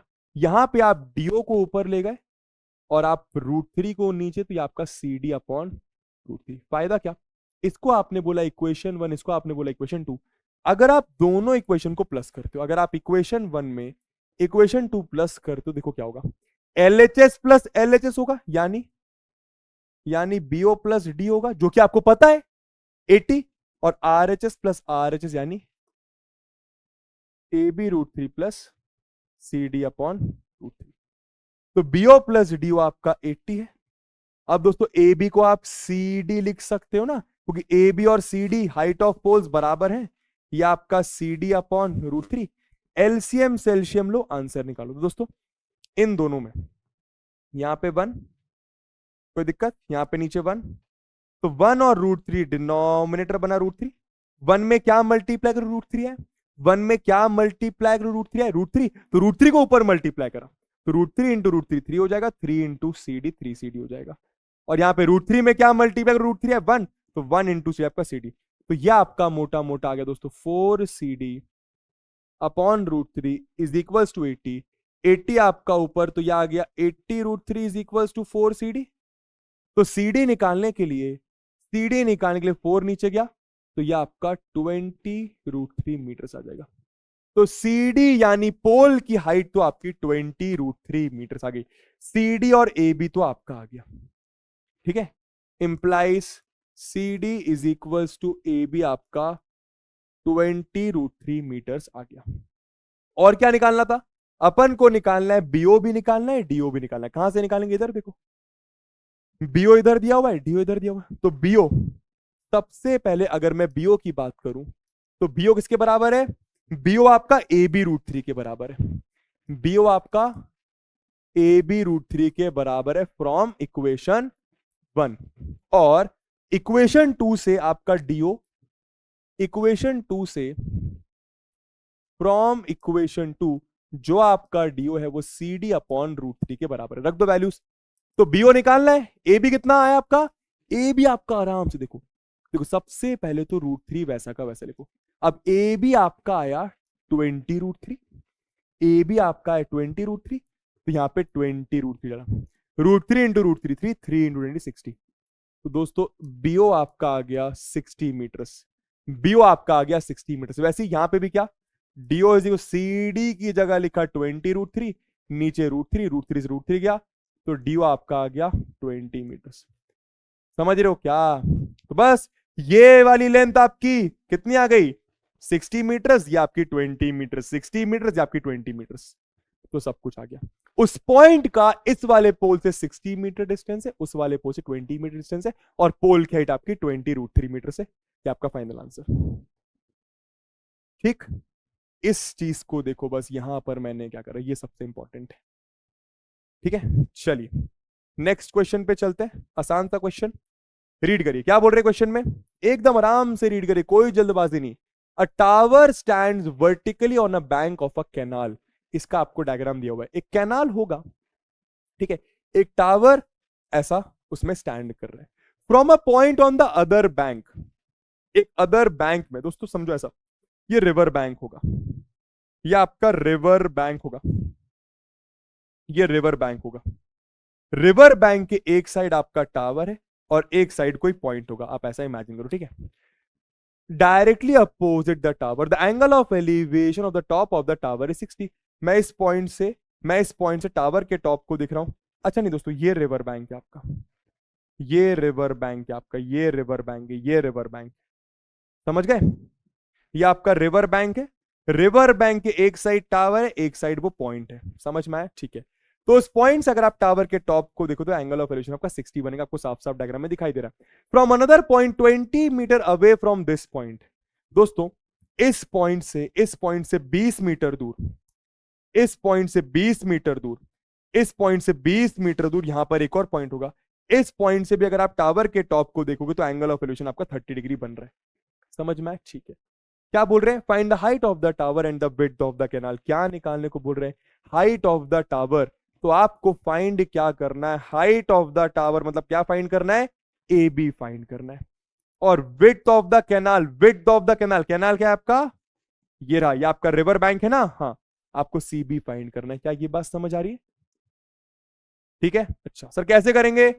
ट्रायंगल देख के ट्रिग्नोमेट्री लगाना है। चलिए तो सबसे पहले tan 60 लगा लेते हैं। ठीक है, ट्रायंगल ए बी सी की बात कर लेता हूं। tan 60 will be equal to perpendicular A B upon base. ये परपेंडिकुलर, ये बेस, ये परपेंडिकुलर, ये base, A B upon C B. ठीक है, tan 60 कितना होता है? √3। ए बी कितना? हाइट ऑफ टावर नहीं दिया। सी बी कितना? पता नहीं। तो सर पता क्या है? अरे जाने दो, कुछ मत सोचो, जाने दो। जब तक दूसरे ट्रायंगल यानी ट्रायंगल ए डी बी में कुछ ना लगा लो, मत सोचो। ट्रायंगल ए डी बी की बात करो तो वही चीज क्या? tan 30 डिग्रीज इक्वल टू क्या? A B upon B C, A B upon sorry B D, A B upon B D. अब मेरी बात ध्यान से सुनिएगा। tan 30 होता है 1/√3। ए बी आपको पता नहीं, लेकिन बी डी देखो, बीडी का, बीडी से आपको मतलब है नहीं, बीडी से आपको मतलब है नहीं, पर बीडी को आप डीसी प्लस सीबी अगर लिखोगे तो मतलब होगा, क्योंकि आपको सीबी निकालना है और डीसी दिया हुआ है। समझे? तो डीबी को आपने डीसी प्लस सीबी लिख दिया, डीबी को आपने डीसी प्लस सीबी लिख दिया। अब डीसी प्लस सीबी आपका ऊपर गया, करते जाओ सॉल्व, और ये आपका आ गया ए बी √3। सॉल्व करो तो डीसी कितना? डीसी आपका 20, तो ये आ गया 20 plus CB is equals to कुछ ए बी √3। अब समझो मेरी बात, यहां पे अपन अटक गए। ना अपन को सीबी पता है, ना अपन को ए बी पता, ना सीबी पता ना ए बी पता, दोनों इनफैक्ट निकालना है। सीबी और ए बी यहां पर भी है, सीबी और ए बी यहां पर भी है, तो मोटा मोटा कहूं तो दो इक्वेशंस है, और आपके पास दो वेरिएबल सीबी और ए बी है, आप क्या करो, यहां से आप अपने ए बी की वैल्यू सीबी √3 निकाली, कोई दिक्कत? इसको बोल दो 1। आप फ्रॉम 1 बोलोगे, फ्रॉम इक्वेशन 1 ए बी की वैल्यू सीबी √3 लिख दो। देखो फायदा क्या, यहां पे आए 20 प्लस सीबी। ठीक है, ए बी की जगह देखो, ए बी √3 वैसा का वैसा रहेगा, √3 वैसा का वैसा रहेगा। ए बी की जगह आपने लिखा सीबी √3, ए बी की जगह आपने सीबी √3 लिखा, और √3 आपका वैसा का वैसा। तो यह आ गया आपका 20 plus C B, √3 into √3 3 into C B आ गया 3 सीबी। देखो फायदा क्या, सीबी आपका निकल जाएगा। 20 is equal to 3 CB minus CB, तो 3 सीबी माइनस सीबी होता है 2 सीबी इक्वल टू 20। दोस्तों सीबी आपका आ गया 20/10 10 मीटर्स, 20/2 10 मीटर्स। तो सीबी यानी width of the canal, therefore क्या, विड्थ ऑफ कैनाल आपकी आ गई 10 मीटर्स, विड्थ ऑफ कैनाल आपकी आ गई 10 मीटर्स। और क्या निकालना है? A B, height of tower निकालना, तो वो तो बहुत आसान है, यहां से निकल जाएगा। ए बी आपका सीबी √3 के बराबर है, ए बी आपका सीबी √3 के बराबर है फ्रॉम 1, इक्वेशन 1 में ये दिया हुआ है, सही बात है। तो सीबी कितना है आपका? सीबी आपका 10 आया, तो सीबी की जगह 10, यहां पे ए बी लिखा, तो बस ए बी आपका 10 √3, यानी इंप्लाइज क्या, height of tower, height of tower, height of tower आपके आगे 10 √3 मीटर्स। क्लियर है? मेरे ख्याल से क्लियर होगा। एक बार कैलकुलेशन चेक कर लो, अगर गलती लग रही है तो। सीबी √3 यहां पे रखा, √3 3 सीबी माइनस सीबी 2, ये आपका 10 आएगा, बहुत बढ़िया, आपका 10 आ गया। इजी, सारे क्वेश्चंस एक जैसी हैं, कुछ भी अलग नहीं है, पर मेरे ख्याल से अब शायद अलग क्वेश्चंस आना चालू होंगे। नहीं अलग भी, अभी भी अलग नहीं है कुछ। डिप्रेशन वाला जरूर आ गया, आइए डिप्रेशन वाला देखते हैं कैसे करना है। ठीक है, from the top of a 7 metre high building, क्या बोल रहे हैं? From the top, from the top, from the top, एक बिल्डिंग के टॉप पर खड़ा हूं मैं, वहां से, from the top of a 7 metre high building, the angle of elevation, मतलब ऊपर देखा जा रहा होगा भाई, आप बिल्डिंग के टॉप पे खड़े हो, वहां से ऊपर देख रहे हो, फ्रॉम द, कहां पे खड़े हो, from the top of a 7 metre high building, आप बिल्डिंग के टॉप पे खड़े हो, वहां से ऊपर देख रहे हो। सर ऊपर कैसे देख रहे हैं, ये कैसे पता चला, एलिवेशन बन रहा है ना। कहाँ देख रहे हैं, पहले तो एक काम करते हैं, ग्राउंड बनाते हैं, थोड़ा सा ग्राउंड पर आते हैं। ठीक है दोस्तों, मानो कि बिल्डिंग होगी, ठीक है, ये मानो आपकी, ये मानो आपकी बिल्डिंग होगी। ठीक है, समझ आएगा आपको। बिल्डिंग के टॉप से आप ऊपर देख रहे हो, और the top of a cable tower, आप केबल टावर के टॉप को देख रहे हो इस 60 डिग्री। तो यहां से मानो आप केबल टावर कुछ ऐसा होगा। ठीक है, आप यहां से केबल टावर के टॉप को देख रहे हो, आप यहां से केबल टावर के टॉप को देख रहे हो। पहले तो सुनो मेरी बात, आप यहां से केबल टावर के टॉप को, यहां से केबल टावर के टॉप को, यहां से केबल टावर के टॉप को, ठीक, ओके से समझना। दोस्तों line of site, line of site, line of sight, horizontal line कहां बनेगी, जहां से आप देखते हो वहां से एक line parallel to the ground, जहां पे आप होते हो, जहां पे ऑब्जर्विंग पॉइंट होता है, वहां से एक line parallel to the ground, parallel to the ground, समझ में आ रहा है। तो ये आपका एंगल ऑफ एलिवेशन कितना बन रहा है, 60 डिग्री, समझ में आ रहा है। ठीक है, एक काम करते हैं, डायग्राम थोड़ा सा और बेहतर बनाते हैं, कैसे बताता हूं, इसको आप थोड़ा सा छोटा कर दो। ठीक है, ये आपका केबल टावर, ऐसा कुछ, आप बिल्डिंग के टॉप से केबल टावर के टॉप को देख रहे हो। ठीक, ये आपका हॉरिजॉन्टल लाइन, तो horizontal line, line of sight, horizontal line, line of sight, ये आपका एंगल ऑफ एलिवेशन बन रहा है 60 डिग्री। ठीक है, क्या बोल रहे हैं, and the angle of depression, आप नीचे भी देख रहे हो, एंगल ऑफ डिप्रेशन मतलब आप नीचे देख रहे हो, कहां देख रहे हो, of its foot, cable tower के फुट को। तो यहीं पे खड़े होकर आप केबल टावर के फुट को देख रहे हो, यहीं पर खड़े होकर आप केबल टावर के फुट को देख रहे हो, यहीं पर खड़े होकर आप केबल टावर के फुट को देख रहे हो। तो यह आपकी लाइन ऑफ साइट, यह आपकी लाइन ऑफ साइट, समझना आप, line of sight horizontal line यही रहेगी। बहुत सारे बच्चे इसको एंगल ऑफ डिप्रेशन कहते हैं, पर ऐसा नहीं है। एंगल ऑफ डिप्रेशन भी क्या है, हॉरिजॉन्टल लाइन और लाइन ऑफ साइट के बीच का बनता हुआ एंगल। क्या भैया, फिर से देखना यहां पे, क्या, line of sight horizontal line, line of sight horizontal line, line of sight horizontal line के बीच का एंगल होता है दोस्तों। तो ये एंगल आपको दिया हुआ एंगल ऑफ डिप्रेशन कितना, 30 डिग्री, सॉरी 45 डिग्री। अब आपको बस एक बात हमेशा याद रखना है, जैसे आपको एंगल ऑफ डिप्रेशन दिया जाए, आप उसको एंगल ऑफ एलिवेशन में कन्वर्ट करें। कैसे, दो तरीके से कर सकते हो, देखो, एक तो आपको दिखाई दे रहा है ये 90 है, तो 90 माइनस 45 45 होगा, तो ये वाला भी आपका 45 हो जाएगा। समझ में आ रहा है, इस तरीके से भी कर सकते हो, या फिर जो सिंपल तरीका करना चाहिए दोस्तों, ये इसके पैरेलल है, ये इसके पैरेलल है, ये कुछ ट्रांसवर्सल है, समझना, ये इसके पैरेलल है, ये इसके हॉरिजॉन्टल लाइन ग्राउंड के पैरेलल होती है, तो ये दोनों पैरेलल है, ये कुछ जेड टाइप का बन रहा है, ये आपका ट्रांसवर्सल, तो ये आपका ऑल्टरनेट इंटीरियर एंगल से ये 45 हो जाएगा। सही बात है, बहुत बढ़िया। अब कर लो नेमिंग, तो ये आपका ए, ये आपका बी, ये आपका सी, ये आपका डी, आपका ए। निकालो क्या बोला, determine the height of the tower. Height of the tower मतलब आपको पूरा एसी निकालने को बोला है, पूरा एसी निकालने को बोला है। दिया क्या है आपको, बिल्डिंग की हाइट दी हुई 7। अब एक बार बताओ, अगर ये 7 है तो ये भी 7 होगा, भाई ये 7 है तो ये भी 7 होगा, इसके सामने वाला। तो मतलब बस आपको ए बी निकाल लोगे तो आपका काम हो जाएगा। सही बात है। सर करेंगे कैसे, लेकिन यही नहीं समझ आता है। अरे भैया दो ट्रायंगल दिख रहे हैं, लगा दीजिए ट्रिग्नोमेट्री। सर कौन सा ट्रायंगल, सबसे पहले तो ये वाला दिखाई पड़ रहा होगा, है ना, तो लगाते हैं। सबसे पहले ट्रायंगल ईडीसी की बात करूं, ट्रायंगल ईडीसी की बात करूं तो tan 45, जरा ध्यान देना, tan 45 is equal to perpendicular ED upon base DC, perpendicular ED upon base DC. tan 45 कौन होता है, ईडी आपका 7, डीसी कितना, डीसी आपको पता नहीं पर आ गया, डीसी आपका कुछ 7 मीटर आ गया। सर इसका क्या काम होगा, देखा जाएगा, देखा जाएगा, आगे देखो जरा। अब ट्रायंगल ए बी की बात कर लेता हूं, जिसमें 60 डिग्री दिया हुआ है। ट्रायंगल ए बी ई में दोस्तों tan 60 is equal to perpendicular A B upon base E B, perpendicular A B upon base E B. दोस्तों tan 60 आपका √3 होता है, ए बी आपको पता नहीं, पर मेरी बात ध्यान से सुनना। क्या सबको समझ में आ रहा है कि जो ई बी होगा वो आपका डीसी के बराबर होगा कंस्ट्रक्शन से। तो यहां पे आप क्या लिखोगे भैया, सिंस ई बी बराबर डीसी, या फिर नीचे लिख दोगे इसको। ठीक है, जो आपका ई बी होगा वो डीसी के बराबर, तो डीसी आपका 7 है, तो ई बी की जगह 7 लिख सकते हो। तो ए बी कितना आ गया, ए बी आपका आ गया 7√3।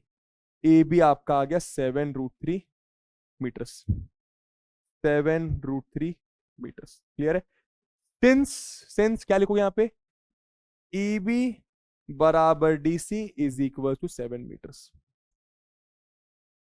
क्लियर हुआ? पर सर हमें तो हाइट ऑफ टावर एसी चाहिए, तो एसी कैसे निकलेगा भैया? अरे सिंपल, एसी किसके बराबर होगा, A B plus B C के। तो ए बी आपका 7√3 निकाला, बी सी आपका 7 पहले से, 7 कॉमन लिया, अंदर √3 + 1 मीटर, ये आपके एसी यानी हाइट ऑफ टावर की वैल्यू आ गई। लास्ट में आप क्या लिखेंगे, हर क्वेश्चन में जैसा मैं लिख रहा हूं, therefore height of cable tower is 7 bracket में √3 + 1 मीटर। इजी भाई, 12वें क्वेश्चन में आ गए एनसीईआरटी के। देखो कितने आसान आसान क्वेश्चन है। अगर आप स्टार्टिंग से देख रहे हो तो आपको और अच्छे से बातें समझ में आ रही होंगी, वैसे आसान ही है। चलिए लास्ट 3 क्वेश्चंस करते हैं दोस्तों, ये भी अच्छा सवाल है, जरा आराम से पहले क्वेश्चन रीड करिए। पर्पस वही होने वाला, आराम से क्वेश्चन को रीड करना है, एकदम जहन तक जाने देना है, उसके बाद डायग्राम बनाना है और उसके बाद ट्रायंगल देके ट्रिग्नोमेट्री ठोक देना है, ठीक है। As observe from the top of a 75 metre lighthouse, क्या बोल रहे हैं, एज ऑब्जर्व्ड, कहां से ऑब्जर्व करें, from the top of a 75 metre high lighthouse. Lighthouse के टॉप से, लाइट हाउस 75 मीटर हाइट के लाइट हाउस के टॉप से ऑब्जर्व कर रहे हैं किसको, फ्रॉम द सी लेवल। दोस्तों मानो ये सी लेवल होगा, मानो ये आपका सी लेवल होगा, इस सी लेवल से मानो यहां पर टॉप पर एक अपना लाइट हाउस, तो ये लाइट हाउस आपका 75 मीटर्स का है, ठीक है। अच्छा, यहां से अपन ऑब्जर्व कर रहे हैं, क्या ऑब्जर्व कर रहे हैं, द एंगल ऑफ डिप्रेशन, मतलब यहां से नीचे देखा जा रहा है, डिप्रेशन बोला मतलब नीचे देखा जा रहा है, ठीक है भैया। अच्छा, तो सबसे पहले एक बात तो क्लियर करो, यहां से देख रहा हूं तो ये आपकी हॉरिजॉन्टल लाइन, क्यों, जहां से देखते हो वहां से एक लाइन पैरेलल बनाओ ग्राउंड के, जहां से देखते हो वहां से एक लाइन पैरेलल बनाओ ग्राउंड के, ठीक है। अच्छा, तो यहां से मैं कहां देख रहा हूं, ध्यान देना, ऑफ 2 शिप्स, 2 शिप्स को देख रहा हूं 30 डिग्री 45 डिग्री। अच्छा, if one ship is exactly behind the other on same side of the light house, lighthouse के सेम साइड पर, लाइट हाउस के सेम साइड पर, या तो इधर या तो इधर, सेम साइड पर 2 शिप्स है, एंगल ऑफ डिप्रेशन 30 और 45। तो समझो यहां पर मानो एक शिप होगी और यहां पर मानो एक शिप होगी, ठीक है। अब समझना, यहां से मैंने इस शिप को देखा, समझना आराम से, एकदम आराम से, ठीक है। यहां से मैंने इस शिप को देखा और यहां से मैंने इस शिप को देखा, ठीक है। सुनना मेरी बात ध्यान से। तो दोस्तों ये लाइन ऑफ साइट, ये लाइन ऑफ साइट, ये हॉरिजॉन्टल लाइन, गलती नहीं होनी चाहिए हॉरिजॉन्टल लाइन में, इस एंगल को एंगल ऑफ डिप्रेशन मत ले लेना, ठीक है। Line of sight, horizontal line, line of sight, horizontal line, line of sight, horizontal line के बीच के एंगल को एंगल ऑफ डिप्रेशन कहते हैं, जो कि आपका बन रहा है कितना, 45 डिग्री। वैसे ही यहां से मैंने दोस्तों इसको देखा, वही बात, line of site, line of sight, horizontal line, line of sight, horizontal line के बीच के एंगल को क्या कहते हैं, एंगल ऑफ डिप्रेशन 30। अब मैंने क्या बताया था, एंगल ऑफ डिप्रेशन को हमेशा एंगल ऑफ एलिवेशन में कन्वर्ट करें। तो जरा ध्यान दीजिएगा दोस्तों, ये इसको जरा आप ध्यान दीजिएगा, ये दोनों पैरेलल है, ये दोनों पैरेलल है, ये आपका ट्रांसवर्सल है, ये आपका ट्रांसवर्सल है, ये आपका ट्रांसवर्सल। तो अगर ये 45 है तो ये भी 45 होगा, अगर ये 45 तो ये भी 45 होगा, तो ये आपका कितना हो गया, 45 डिग्री। वैसे ही इमेजिन करो, ये आपका 30 डिग्री होगा। आप वैसे दिमाग भी लगा सकते हो, ज्यादा पास होगा लाइट हाउस के तो ज्यादा एंगल बनेगा, समझ में आ रहा है ना, वैसे आप इमेजिन कर सकते हो। बाकी आप ऐसे भी कर लो, देखो ये पैरेलल, ये ट्रांसवर्सल, ये पैरेलल, ये दोनों पैरेलल, तो ये 30 है तो ये भी 30 होगा, ये 30 तो ये भी 30 होगा, alternate interior angles. Clear clear, ये आपका ए बोल दो, ये आपका बी बोल दो, ये आपका सी बोल दो, ये आपका डी बोल दो। पूछा क्या है, find the distance between the 2 ships, ये दोनों शिप्स हैं, इन दोनों के बीच का आपको डिस्टेंस निकालना है, सी डी। करना क्या होगा सर और कैसे करना होगा, ज्यादा सोचना ही नहीं, ट्रायंगल देख के ट्रिग्नोमेट्री लगाना है, ठीक है। कुछ परपेंडिकुलर दिया है दोनों एंगल के हिसाब से, कुछ बेस में डील करना है। तो सबसे पहले ट्रायंगल एबीसी की बात कर लेता हूं, सबसे पहले ट्रायंगल एबीसी की बात कर लेता हूं। तो tan 45 degree, tan 45 degree is equals to A B upon B C, perpendicular upon base. tan 45 कौन होता है, ए बी आपका 75, बी सी पता नहीं, बट फॉर्चुनेटली आपका बी सी आ गया 75 मीटर्स। सर इसका क्या काम होगा, क्या यूज होगा, जानने तो सोचो ही मत, जब तक दूसरे ट्रायंगल में ट्रिग्नोमेट्री लगा लो। ट्रायंगल एबीडी की बात करता हूं, तो ट्रायंगल एबीडी में वही चीज क्या, tan 30 degree equal to A B upon B D. क्या, ए बी आराम से, ये आपका A B upon B D. अब सुनना, tan 30 होता है 1/√3। दोस्तों ए बी आपको 75 दिया है, बीडी से मतलब नहीं है, सीडी से मतलब है, बीडी से मतलब नहीं है, सीडी से मतलब है, बीडी से मतलब सीडी से मतलब, तो बीडी को मैंने लिखा बीसी प्लस सीडी, बीडी को मैंने लिखा बीसी प्लस सीडी। देखो फायदा क्या, बीसी प्लस सीडी जाके 1 में मल्टीप्लाई को तो बीसी प्लस सीडी बनेगा, √3 जाके ऊपर तो ये आपका 75 √3। अब देखो फायदा क्या, बीसी मैं निकाल चुका हूं 75, तो 75 प्लस सी डी 75 √3, तो सी डी की वैल्यू आ गई 75 √3 माइनस 75। तो final value of C D यानी डिस्टेंस बिटवीन टू शिप्स आ गया 75 कॉमन √3 माइनस 1 मीटर। ठीक है, क्या therefore distance between two ships is equals to 75 into √3 minus 1 metres. सारे क्वेश्चंस एक जैसे, मतलब एनसीईआरटी में तो क्या ही क्वेश्चंस है, सारे क्वेश्चंस एक जैसे, सारे क्वेश्चंस एक जैसे। चलिए आगे चलते हैं, अगला क्वेश्चन फिर भी बेहतर है और इसका अगला वाला और भी अच्छा क्वेश्चन है। जरा ध्यान दीजिएगा, डायग्राम यहाँ पे आपको शायद कुछ दिया हुआ है, समझना ज्यादा, ठीक है। A 1.2 meter tall girl spots a balloon moving with the wind in a horizontal line at a height of 88.2 meter from the ground। Sir नहीं समझ में आ रहा, बताता हूं। अब 1.2 मीटर टॉल गर्ल, दोस्तों 1.2 मीटर टॉल गर्ल होगी, 1.2 मीटर की टॉल गर्ल होगी, ठीक है। स्पॉट्स अ बलून, ये बलून को देखती है, moving with the wind in a horizontal line, balloon हवा से मूव कर रहा है हॉरिजॉन्टल लाइन में, मतलब ऐसा नहीं जा रहा और ऐसा नहीं जा रहा, हॉरिजॉन्टली जा रहा है, हॉरिजॉन्टली जा रहा है, ठीक है। At a height of 88.2 metre from the ground. दोस्तों ये बलून है, इसकी हाइट, ये बलून की ग्राउंड से हाइट, ये बलून की ग्राउंड से हाइट 88.2 मीटर है, ठीक है। The angle of elevation of the balloon from the eyes of the girl. दोस्तों वो बलून को देखती है, वो बलून को देखती है अपनी आंखों से, वो बलून को देखती है अपनी आंखों से। तो ये आपका लाइन ऑफ साइट होगा, ये आपका लाइन ऑफ साइट होगा, और हॉरिजॉन्टल लाइन क्या होगा भैया, हॉरिजॉन्टल लाइन कुछ ये होगा, उसकी आंखों से ग्राउंड के पैरेलल एक लाइन, यस और नो, उसकी आंखों से ग्राउंड के पैरेलल, उसकी आंखों से ग्राउंड, ये आपका ग्राउंड है, ग्राउंड के पैरेलल एक लाइन, ठीक है। वही बात क्या, horizontal line, line of sight, horizontal line, line of sight, ये आपका 60 डिग्री बन रहा है, ये आपका 60 डिग्री बन रहा है, लिखा हुआ है, ठीक है। अच्छा अब क्या बोल रहे भैया, द एंगल ऑफ एलिवेशन, फिर से ऊपर दिख रहे of the balloon from the eyes of the girl at any instant is 60 degree, ठीक है। तो वो आपको दिया हुआ है 60 डिग्री, है ना। अब क्या हुआ, आफ्टर सम टाइम, कुछ समय के बाद बलून मूव कर रहा, तो बलून आपका यहां से यहां चला गया, बलून आपका यहां से यहां चला गया। क्या ये बात समझ आ रही है, हाँ सर आ रही है, ठीक है। अब फिर से क्या हुआ, लड़की ने बलून को देखा, तो आप खुद सोचो, पहले बलून इधर था तो ज्यादा ऊपर देखना पड़ रहा था, एंगल ऑफ एलिवेशन बड़ा बन रहा था, पर बलून अब थोड़ा सा इधर आ गया तो नीचे देखना पड़ रहा है। तो पहले मुंडी ऊपर थी, नीचे हो गई, तो एंगल ऑफ एलिवेशन रिड्यूस हो जाएगा, कम हो जाएगा। तो क्या हो गया अभी यहाँ पे देखो, क्या हो गया, ये आपकी लाइन ऑफ साइट, ये आपकी हॉरिजॉन्टल लाइन, ये आपकी लाइन ऑफ साइट, ये आपकी हॉरिजॉन्टल, तो ये आपका दिया हुआ है 30 डिग्री। समझ में आएगी बात, मेरे ख्याल से आ रहा होगा। अब क्या हुआ भैया, find the distance travelled by the balloon during the interval, find the distance travelled by the balloon during the interval. दोस्तों बलून ने कितना डिस्टेंस ट्रेवल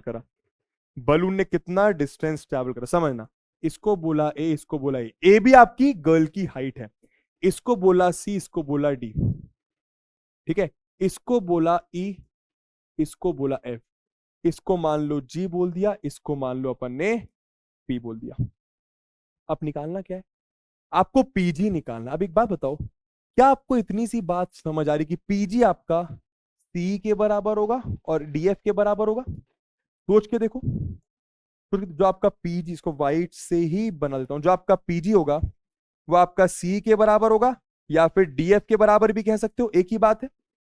सही बात है, हाँ सर। वैसे ही जो आपका एसी होगा वो आपका बीडी के बराबर होगा। और एक और इंपॉर्टेंट बात क्या, कि जो आपका गर्ल की हाइट यानी ए बी होगी वो सी डी के बराबर होगी, और वही आपका ई एफ के बराबर होगा। बलून की हाइट ग्राउंड से मतलब डी से, बलून की हाइट ग्राउंड से मतलब डी से 88.2 है।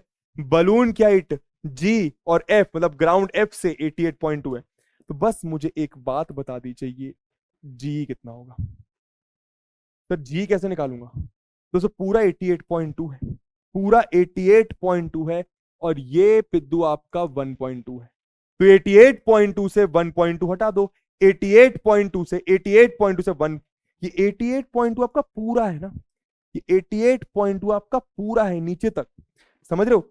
88.2 से 1.2 हटाओगे, ये आपका 87 आएगा, समझ गए। तो ये भी आपका 87 होगा, सोच के देखो, ये भी आपका 87 होगा, हाँ सर, ये आपका सी। पहले तो डायग्राम क्लियर है, हाँ मेरे ख्याल से क्लियर है, दिख रहा है आपको प्रॉपर। चलिए भैया, अब क्या बोल रहे हैं, distance travel by the balloon, मतलब आपको पीजी निकालने को बोला। पीजी मतलब मैं सी भी बोल, सर कैसे निकालूंगा, ट्रायंगल दिखाई दे रहे हैं, हाँ सर दे रहे हैं सर। एक तो ये देखो ना, पी ए सी, एक तो सर ये आपको पी ए सी ट्रायंगल दिखाई दे रहा है 60 वाला। तो लगाओ जरा ट्रिग्नोमेट्री जोरदार। तो ट्रायंगल पीएसी की बात करूं, ट्रायंगल पीएसी की बात करूं, अगर मैं लगाता हूं tan 60 डिग्री, तो क्या होता है ये, परपेंडिकुलर अपॉन बेसवा, मतलब पीसी अपॉन एसी, मतलब पीसी अपॉन एसी। दोस्तों पीसी आपका 87 अभी कैलकुलेट करा, एसी पता नहीं, tan 60 होता है √3। पर एक चीज समझ आ गई, एसी आपका आ गया 87/√3। जब भी नीचे √3 होता है, मैं ऊपर नीचे √3 से मल्टीप्लाई करूंगा, तो ऊपर आपका आ गया 87/√3, नीचे √3 × √3 होता है, यह आपका एसी की वैल्यू। तो एसी फाइनल आपका देखो, 3 2 जा 6, 2 बचा 3 9 था दोस्तों, एसी आपका आ गया 29√3 मीटर। एसी आपका आ गया 29√3 मीटर। सर इसका क्या काम होगा बाद में देखेंगे। चलिए अब कौन से ट्रायंगल की बात कर लूं, ये 30 डिग्री वाला दिखाई दे रहा है, G E A, triangle G E A, yes sir. तो ट्रायंगल जीईए की बात करूं, तो tan 30 degree is equals to, perpendicular आपका जी है और बेस आपका ए है, सही बात है। तो जीई अपॉन ए, कोई दिक्कत, जीई अपॉन ए, बहुत बढ़िया। अब सुनो, tan 30 होता है 1/√3, जी आपको पता है 87 है, क्या ए से काम है, नहीं, ए से मतलब नहीं है, ए को मैं ए सी प्लस सी लिखता हूं, तो सी मुझे निकालना है। अरे भैया आपको निकालना है कि पी से जी बलून ने कितना डिस्टेंस ट्रेवल करा, तो पीजी तो आपका सी के बराबर है ना, तो सी निकालना है। तो ए को मैं सोच के देखो, ए को मैं ए सी प्लस सी लिख सकता हूं, सही बात है, ए सी प्लस सी। तो ए को लिखा ए सी प्लस, ए को अपन ने लिखा दोस्तों ए सी प्लस सी, ठीक है।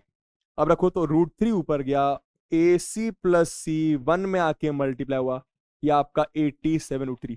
एसी अभी निकाला, एसी हमने निकाला 29√3। देखो एसी का फायदा हुआ, मैं बस ट्रायंगल देख के ट्रिग्नोमेट्री लगाता हूं, मेरा फायदा हो जाता है, ठीक है। तो सी ये उधर जाके माइनस 87√3 माइनस 29√3, तो आपका सी यानी पीजी के लेंथ कितनी आ रही है, 87 माइनस 30 करेंगे तो 57, ये आपका 58√3 मीटर। तो distance travelled by the balloon during the interval will be 58√3 metres. Easy, समझ में आ रहा है। चलिए लास्ट क्वेश्चन पे चलते हैं। सबसे इंपॉर्टेंट चीज आपकी ये ट्रिग्नोमेट्री वाली है, आपकी ये ट्रिग्नोमेट्री वाली है। क्वेश्चन आराम से रीड करो, डायग्राम बनाओ, यहां पे तो डायग्राम दिया हुआ था, और ट्रिग्नोमेट्री लगा दो, बिना सोचे समझे ट्रिग्नोमेट्री लगाओ, अटकोगे तो एकदम लास्ट में अटकोगे। यह आपका लास्ट क्वेश्चन है, आइए इसको करते हैं। बढ़िया सवाल है ये। इसमें थोड़ा सा ना बस ट्रिक ये है कि आपको डिस्टेंस, अभी तक आपको डिस्टेंस पूछ रहे हैं, हाइट पूछ रहे हैं, अभी तक आपसे बोल रहे कि हाइट ऑफ टावर निकाल दीजिए, हाइट ऑफ बिल्डिंग निकाल दीजिए, डिस्टेंस निकाल दीजिए भाई इस पॉइंट का इस पॉइंट से। अब आपको डिस्टेंस नहीं पूछेंगे, देखो क्या पूछेंगे। पहले तो आप देखो, आपको कुछ भी पूछे आपको करना वही है, आपको कुछ भी पूछा आपको करना वही है। क्या करना है भैया? आराम से रीड करो, डायग्राम बनाओ, ट्रिग्नोमेट्री लगाओ, इतना तो करना ही करना है। ठीक है सर, जितना आप बोलो उतना करेंगे। ठीक है। A straight highway leads to the foot of a tower. दोस्तों बोल रहा हूं, एक स्ट्रेट हाईवे है, वो किसी टावर के फुट पर लीड करता है। एक स्ट्रेट हाईवे, एक स्ट्रेट हाईवे, एक स्ट्रेट हाईवे किसी टावर के फुट पर लीड करता है, मतलब जाता है, मतलब बढ़ता है। ठीक है। A man standing at the top of the tower. दोस्तों टॉप ऑफ द टावर पर एक मैन खड़ा है, टॉप ऑफ द टावर पर एक मैन खड़ा है। Observe the car eight an angle of depression, मतलब नीचे देखा जा रहा होगा, नीचे देखा जा रहा होगा, ऑफ 30 डिग्री। दोस्तों मानो कार यहां पर होगी, कार यहां पर होगी, वो इंसान कार को ऐसा देखता है, वो इंसान कार को ऐसा देखता है, वो इंसान कार को ऐसा देखता है। तो ये लाइन ऑफ साइट, ये लाइन ऑफ साइट, ये line of sight, horizontal line किधर इधर बनेगी, हॉरिजॉन्टल लाइन अब कैसी बनेगी? Parallel to the ground. बहुत बढ़िया। तो line of sight, horizontal line, line of sight, horizontal line, ये आपका एंगल ऑफ डिप्रेशन 30। और अगर ये 30 है तो ये भी कितना हो जाएगा? 30। ये बात आपको अच्छे से पता है, ठीक है ना? अरे भैया ये ये दोनों पैरेलल है, ये ट्रांसवर्सल, तो ऑल्टरनेट इंटीरियर इक्वल होंगे। क्लियर? अब देखो सर आगे क्या बोल रहे हैं। Which is approaching to the foot of the tower. दोस्तों कार टावर के फुट को अप्रोच कर रही है। कार यहां से, भाई ये हाईवे है, ये हाईवे है, तो कार यहां पे चल रही होगी। कार टावर के फुट को, टावर के फुट को, टावर के फुट को अप्रोच कर रही है, उसकी तरफ बढ़ रही है with a uniform speed. Uniform speed का मतलब कांस्टेंट स्पीड से, एक सेम स्पीड से टावर की तरफ बढ़ रही है। 6 सेकेंड्स लेटर, 6 सेकेंड्स बाद क्या होगा सोच के देखो। 6 सेकेंड्स बाद जाहिर सी बात है मानो कार यहां पर आ गई। भाई ये कितना, कि आपको 6 सेकंड, मतलब ये 6 सेकेंड्स का ड्यूरेशन है। 6 सेकंड के बाद कार मानो यहां पर आ गई। अब क्या हुआ? The angle of depression of the car is found to be 60 degree. अब इंसान ने फिर से इस कार को देखा, तो ये लाइन ऑफ साइट होगा, ये लाइन ऑफ साइट होगा आराम से, ये लाइन ऑफ साइट होगा, ये लाइन ऑफ साइट है, ये लाइन ऑफ साइट है, ये हॉरिजॉन्टल लाइन।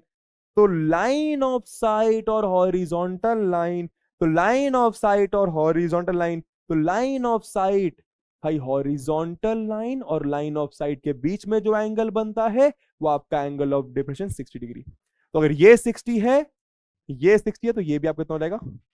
60 डिग्री। क्या बात समझ आ रही है? अरे ये तो इजी है ना, ये पैरेलल टू ये, तो ये पूरा 60, तो ये भी 60। इजी। डायग्राम अपना बनता हुआ दिखाई दे रहा है। क्या बोल रहे हैं, क्या बोल रहे हैं? अब मानो इसको ए बोला, मानो इसको बी बोला, इसको सी बोला, इसको डी बोला। Find the time taken. दोस्तों टाइम टेकन पूछ रहे हैं सर, अभी तक तो डिस्टेंस और हाइट पूछ रहे थे, यहाँ पे टाइम टेकन पूछ रहे हैं, कैसे करेंगे जाने दो। टाइम टेकन पूछ रहे हैं by the car to reach the foot of the tower from this point. दोस्तों अब कार यहां पर आ चुकी है, यहां से यहां आने पे कार को 6 सेकंड लगा, यहां से टावर के फुट में पहुंचने पर कार को कितना टाइम लगेगा, कितना टाइम लगेगा, ये पूछा जा रहा है। मतलब सी से बी जाने में कार को कितना टाइम लगेगा, ये पूछा जा रहा है।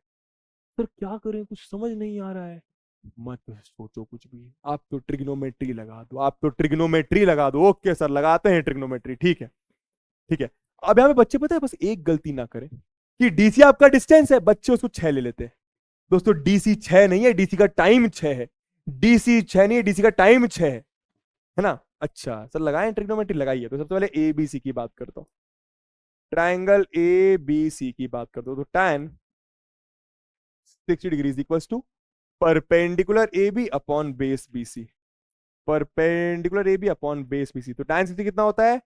√3। ए बी कितना पता नहीं, बी सी कितना पता नहीं, जाने दो जाने दो जाने दो जाने दो। देखो आपको बीसी निकालना है, बीसी निकालना है। अरे सर बीसी का टाइम निकालना है, पर आप बीसी निकालो। बीसी मतलब आप डिस्टेंस निकालो, आपको बीसी का टाइम निकालना है, पर आप बीसी निकालो, ठीक है। तो बीसी कितना आएगा यहाँ से? बीसी आपका आ गया दोस्तों ए बी अपॉन √3। मेरी बात ध्यान से सुनिएगा एकदम, ठीक है, एकदम आराम से, एकदम आराम से, ठीक है। अब इधर देखो, ट्राइंगल कौन सा? ए बी डी बचा, ट्राइंगल ए बी डी को देखिए, तो tan 30 degrees equals to A B upon B D, A B upon B D. tan 30 कितना होता है? 1/√3। ए बी पता नहीं, बीडी को क्या लिखेंगे, बीडी से मतलब नहीं है, बीडी को मैं डीसी प्लस सीबी लिखूंगा। DC plus CB. यहां पे बच्चे गलती क्या करते हैं कि डीसी को 6 ले लेते हैं, सीबी पता नहीं। दोस्तों डीसी 6 नहीं है, डीसी का टाइम 6 है।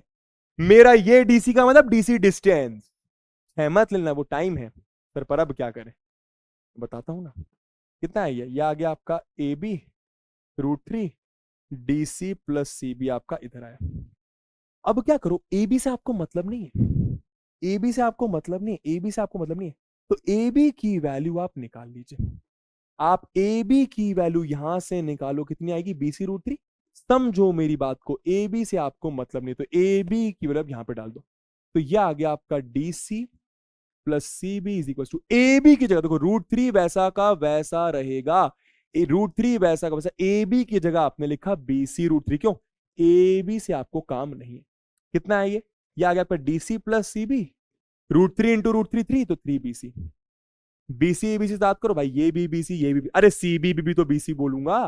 तो 3BC माइनस सी बी या फिर बीसी बोल दो, बराबर बराबर डीसी। कितना आ गया ये आ गया आपका दोस्तों DC is equal to 2BC। इतना सबका आ जाएगा, इतना मैं एक्सपेक्ट करता हूं कि सबका आ जाएगा। आपको डीसी और सीबी में खेलना है, डीसी और सीबी में खेलना है, डीसी और सीबी में खेलना है। तो ये दोनों इक्वेशंस आपकी आ रही हैं। ए बी को आपने हटा दिया, ए बी यहां से निकाला BC √3, ए बी की जगह BC √3 लिखा, तो आपका कुछ BC और DC के फॉर्म में आ गया, जिसके बारे में आपको बात करी जा रही है। दोस्तों हमें तो डिस्टेंस के बारे में पता है, ये तो डिस्टेंस है, पर हमें टाइम पे खेलना और स्पीड भी कुछ यूनिफॉर्म दी हुई है। मतलब यहां से यहां पहुंचने की जितनी स्पीड होगी, यहां से यहां पहुंचने की भी उतनी ही स्पीड होगी। यस और नो, यस और नो। तो जरा ध्यान देना दोस्तों, मैंने DC is equal to 2BC लिखा, ठीक है। मुझे बस एक बात बताओ, मुझे स्पीड और टाइम में खेलना है, मुझे डिस्टेंस से मतलब नहीं, टाइम से मतलब है, टाइम से मतलब है। डिस्टेंस का फॉर्मूला क्या होता है, स्पीड इंटू टाइम। लगा दो, ये डिस्टेंस में स्पीड इंटू टाइम लगा दो, ये डिस्टेंस में स्पीड इंटू टाइम लगा दो। अब दोनों की स्पीड तो क्या है, DC और BC, समझो DC और BC स्पीड सेम है, क्योंकि उन्होंने बोला यूनिफॉर्म स्पीड। जितना आप D से C तेज चला के जाओगे, उतना तेज आप C से B चला के जाओगे, तो दोनों की स्पीड सेम है। तो distance is equal to speed into time T1 मान लो, इज 2 इंटू BC मतलब स्पीड इंटू टाइम T2 मान लो। मतलब दोनों का टाइम अलग अलग है ना भाई, DC और BC। जितना DC का टाइम है, BC का टाइम सेम नहीं है, अलग अलग हो सकता है। अच्छा पर DC का टाइम तो दिया है 6, DC का टाइम तो आपको 6 दिया, तो S इंटू टाइम यहाँ पे 6 दिया हुआ, यहाँ पे 2, S इंटू टाइम T2। आपको इसका टाइम निकालना है, आपको आपको BC का टाइम निकालना। मैंने क्या करा, सिंपल, डिस्टेंस आया, DC को मैंने स्पीड इंटू टाइम लिखा, BC को मैंने स्पीड इंटू टाइम लिखा। अब देखो फायदा क्या दोस्तों, आपको T2 निकालना, तो T2 की वैल्यू 2S नीचे जाएगा, S इंटू 6/2 इंटू S और S कटा, स्पीड है ये, 5 नहीं है, स्पीड है, 6/2 दोस्तों 3 हो गया। तो T2 आपका 3, मतलब time taken from C to reach the foot of the tower is 3 seconds। क्या लिखो, देयरफॉर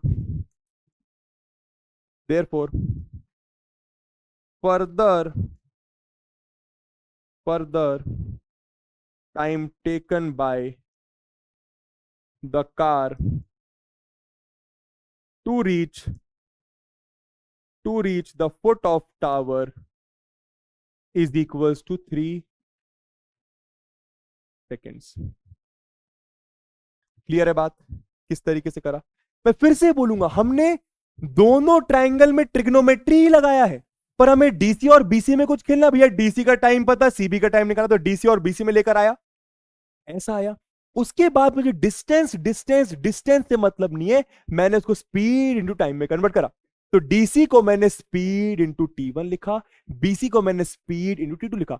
टाइम अलग अलग है दोनों का, स्पीड दोनों की सेम है, तो ये 2S आया, यहाँ पे 2S नीचे, स्पीड से स्पीड कट गया, 6/2 3, तो टाइम आपका 3 सेकेंड्स आ गया। समझे, क्लियर है। तो बस यहां पर आपके दोस्तों सम एप्लीकेशन ऑफ ट्रिग्नोमेट्री के भी 15 क्वेश्चंस एनसीईआरटी के डिस्कस हो गए हैं। और डिस्कस क्या, मैंने आपको डिटेल में ही सारे क्वेश्चन समझाए।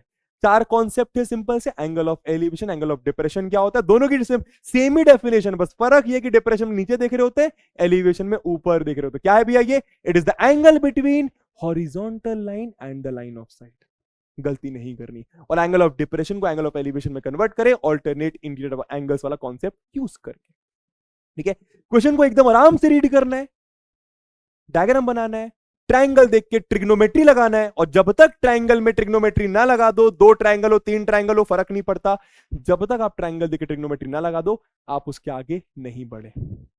समझ में आया? इतना तो करना ही करना। अगर आप इतना करोगे ना, एक तो आधे मार्क्स तो यहीं पे पक्के हो गए, दूसरी बात अगर इतना करोगे तो पूरे मार्क्स भी आपको मिल जाएंगे। क्यों? या पूरा कर ही लोगे इतना कर लोगे तो।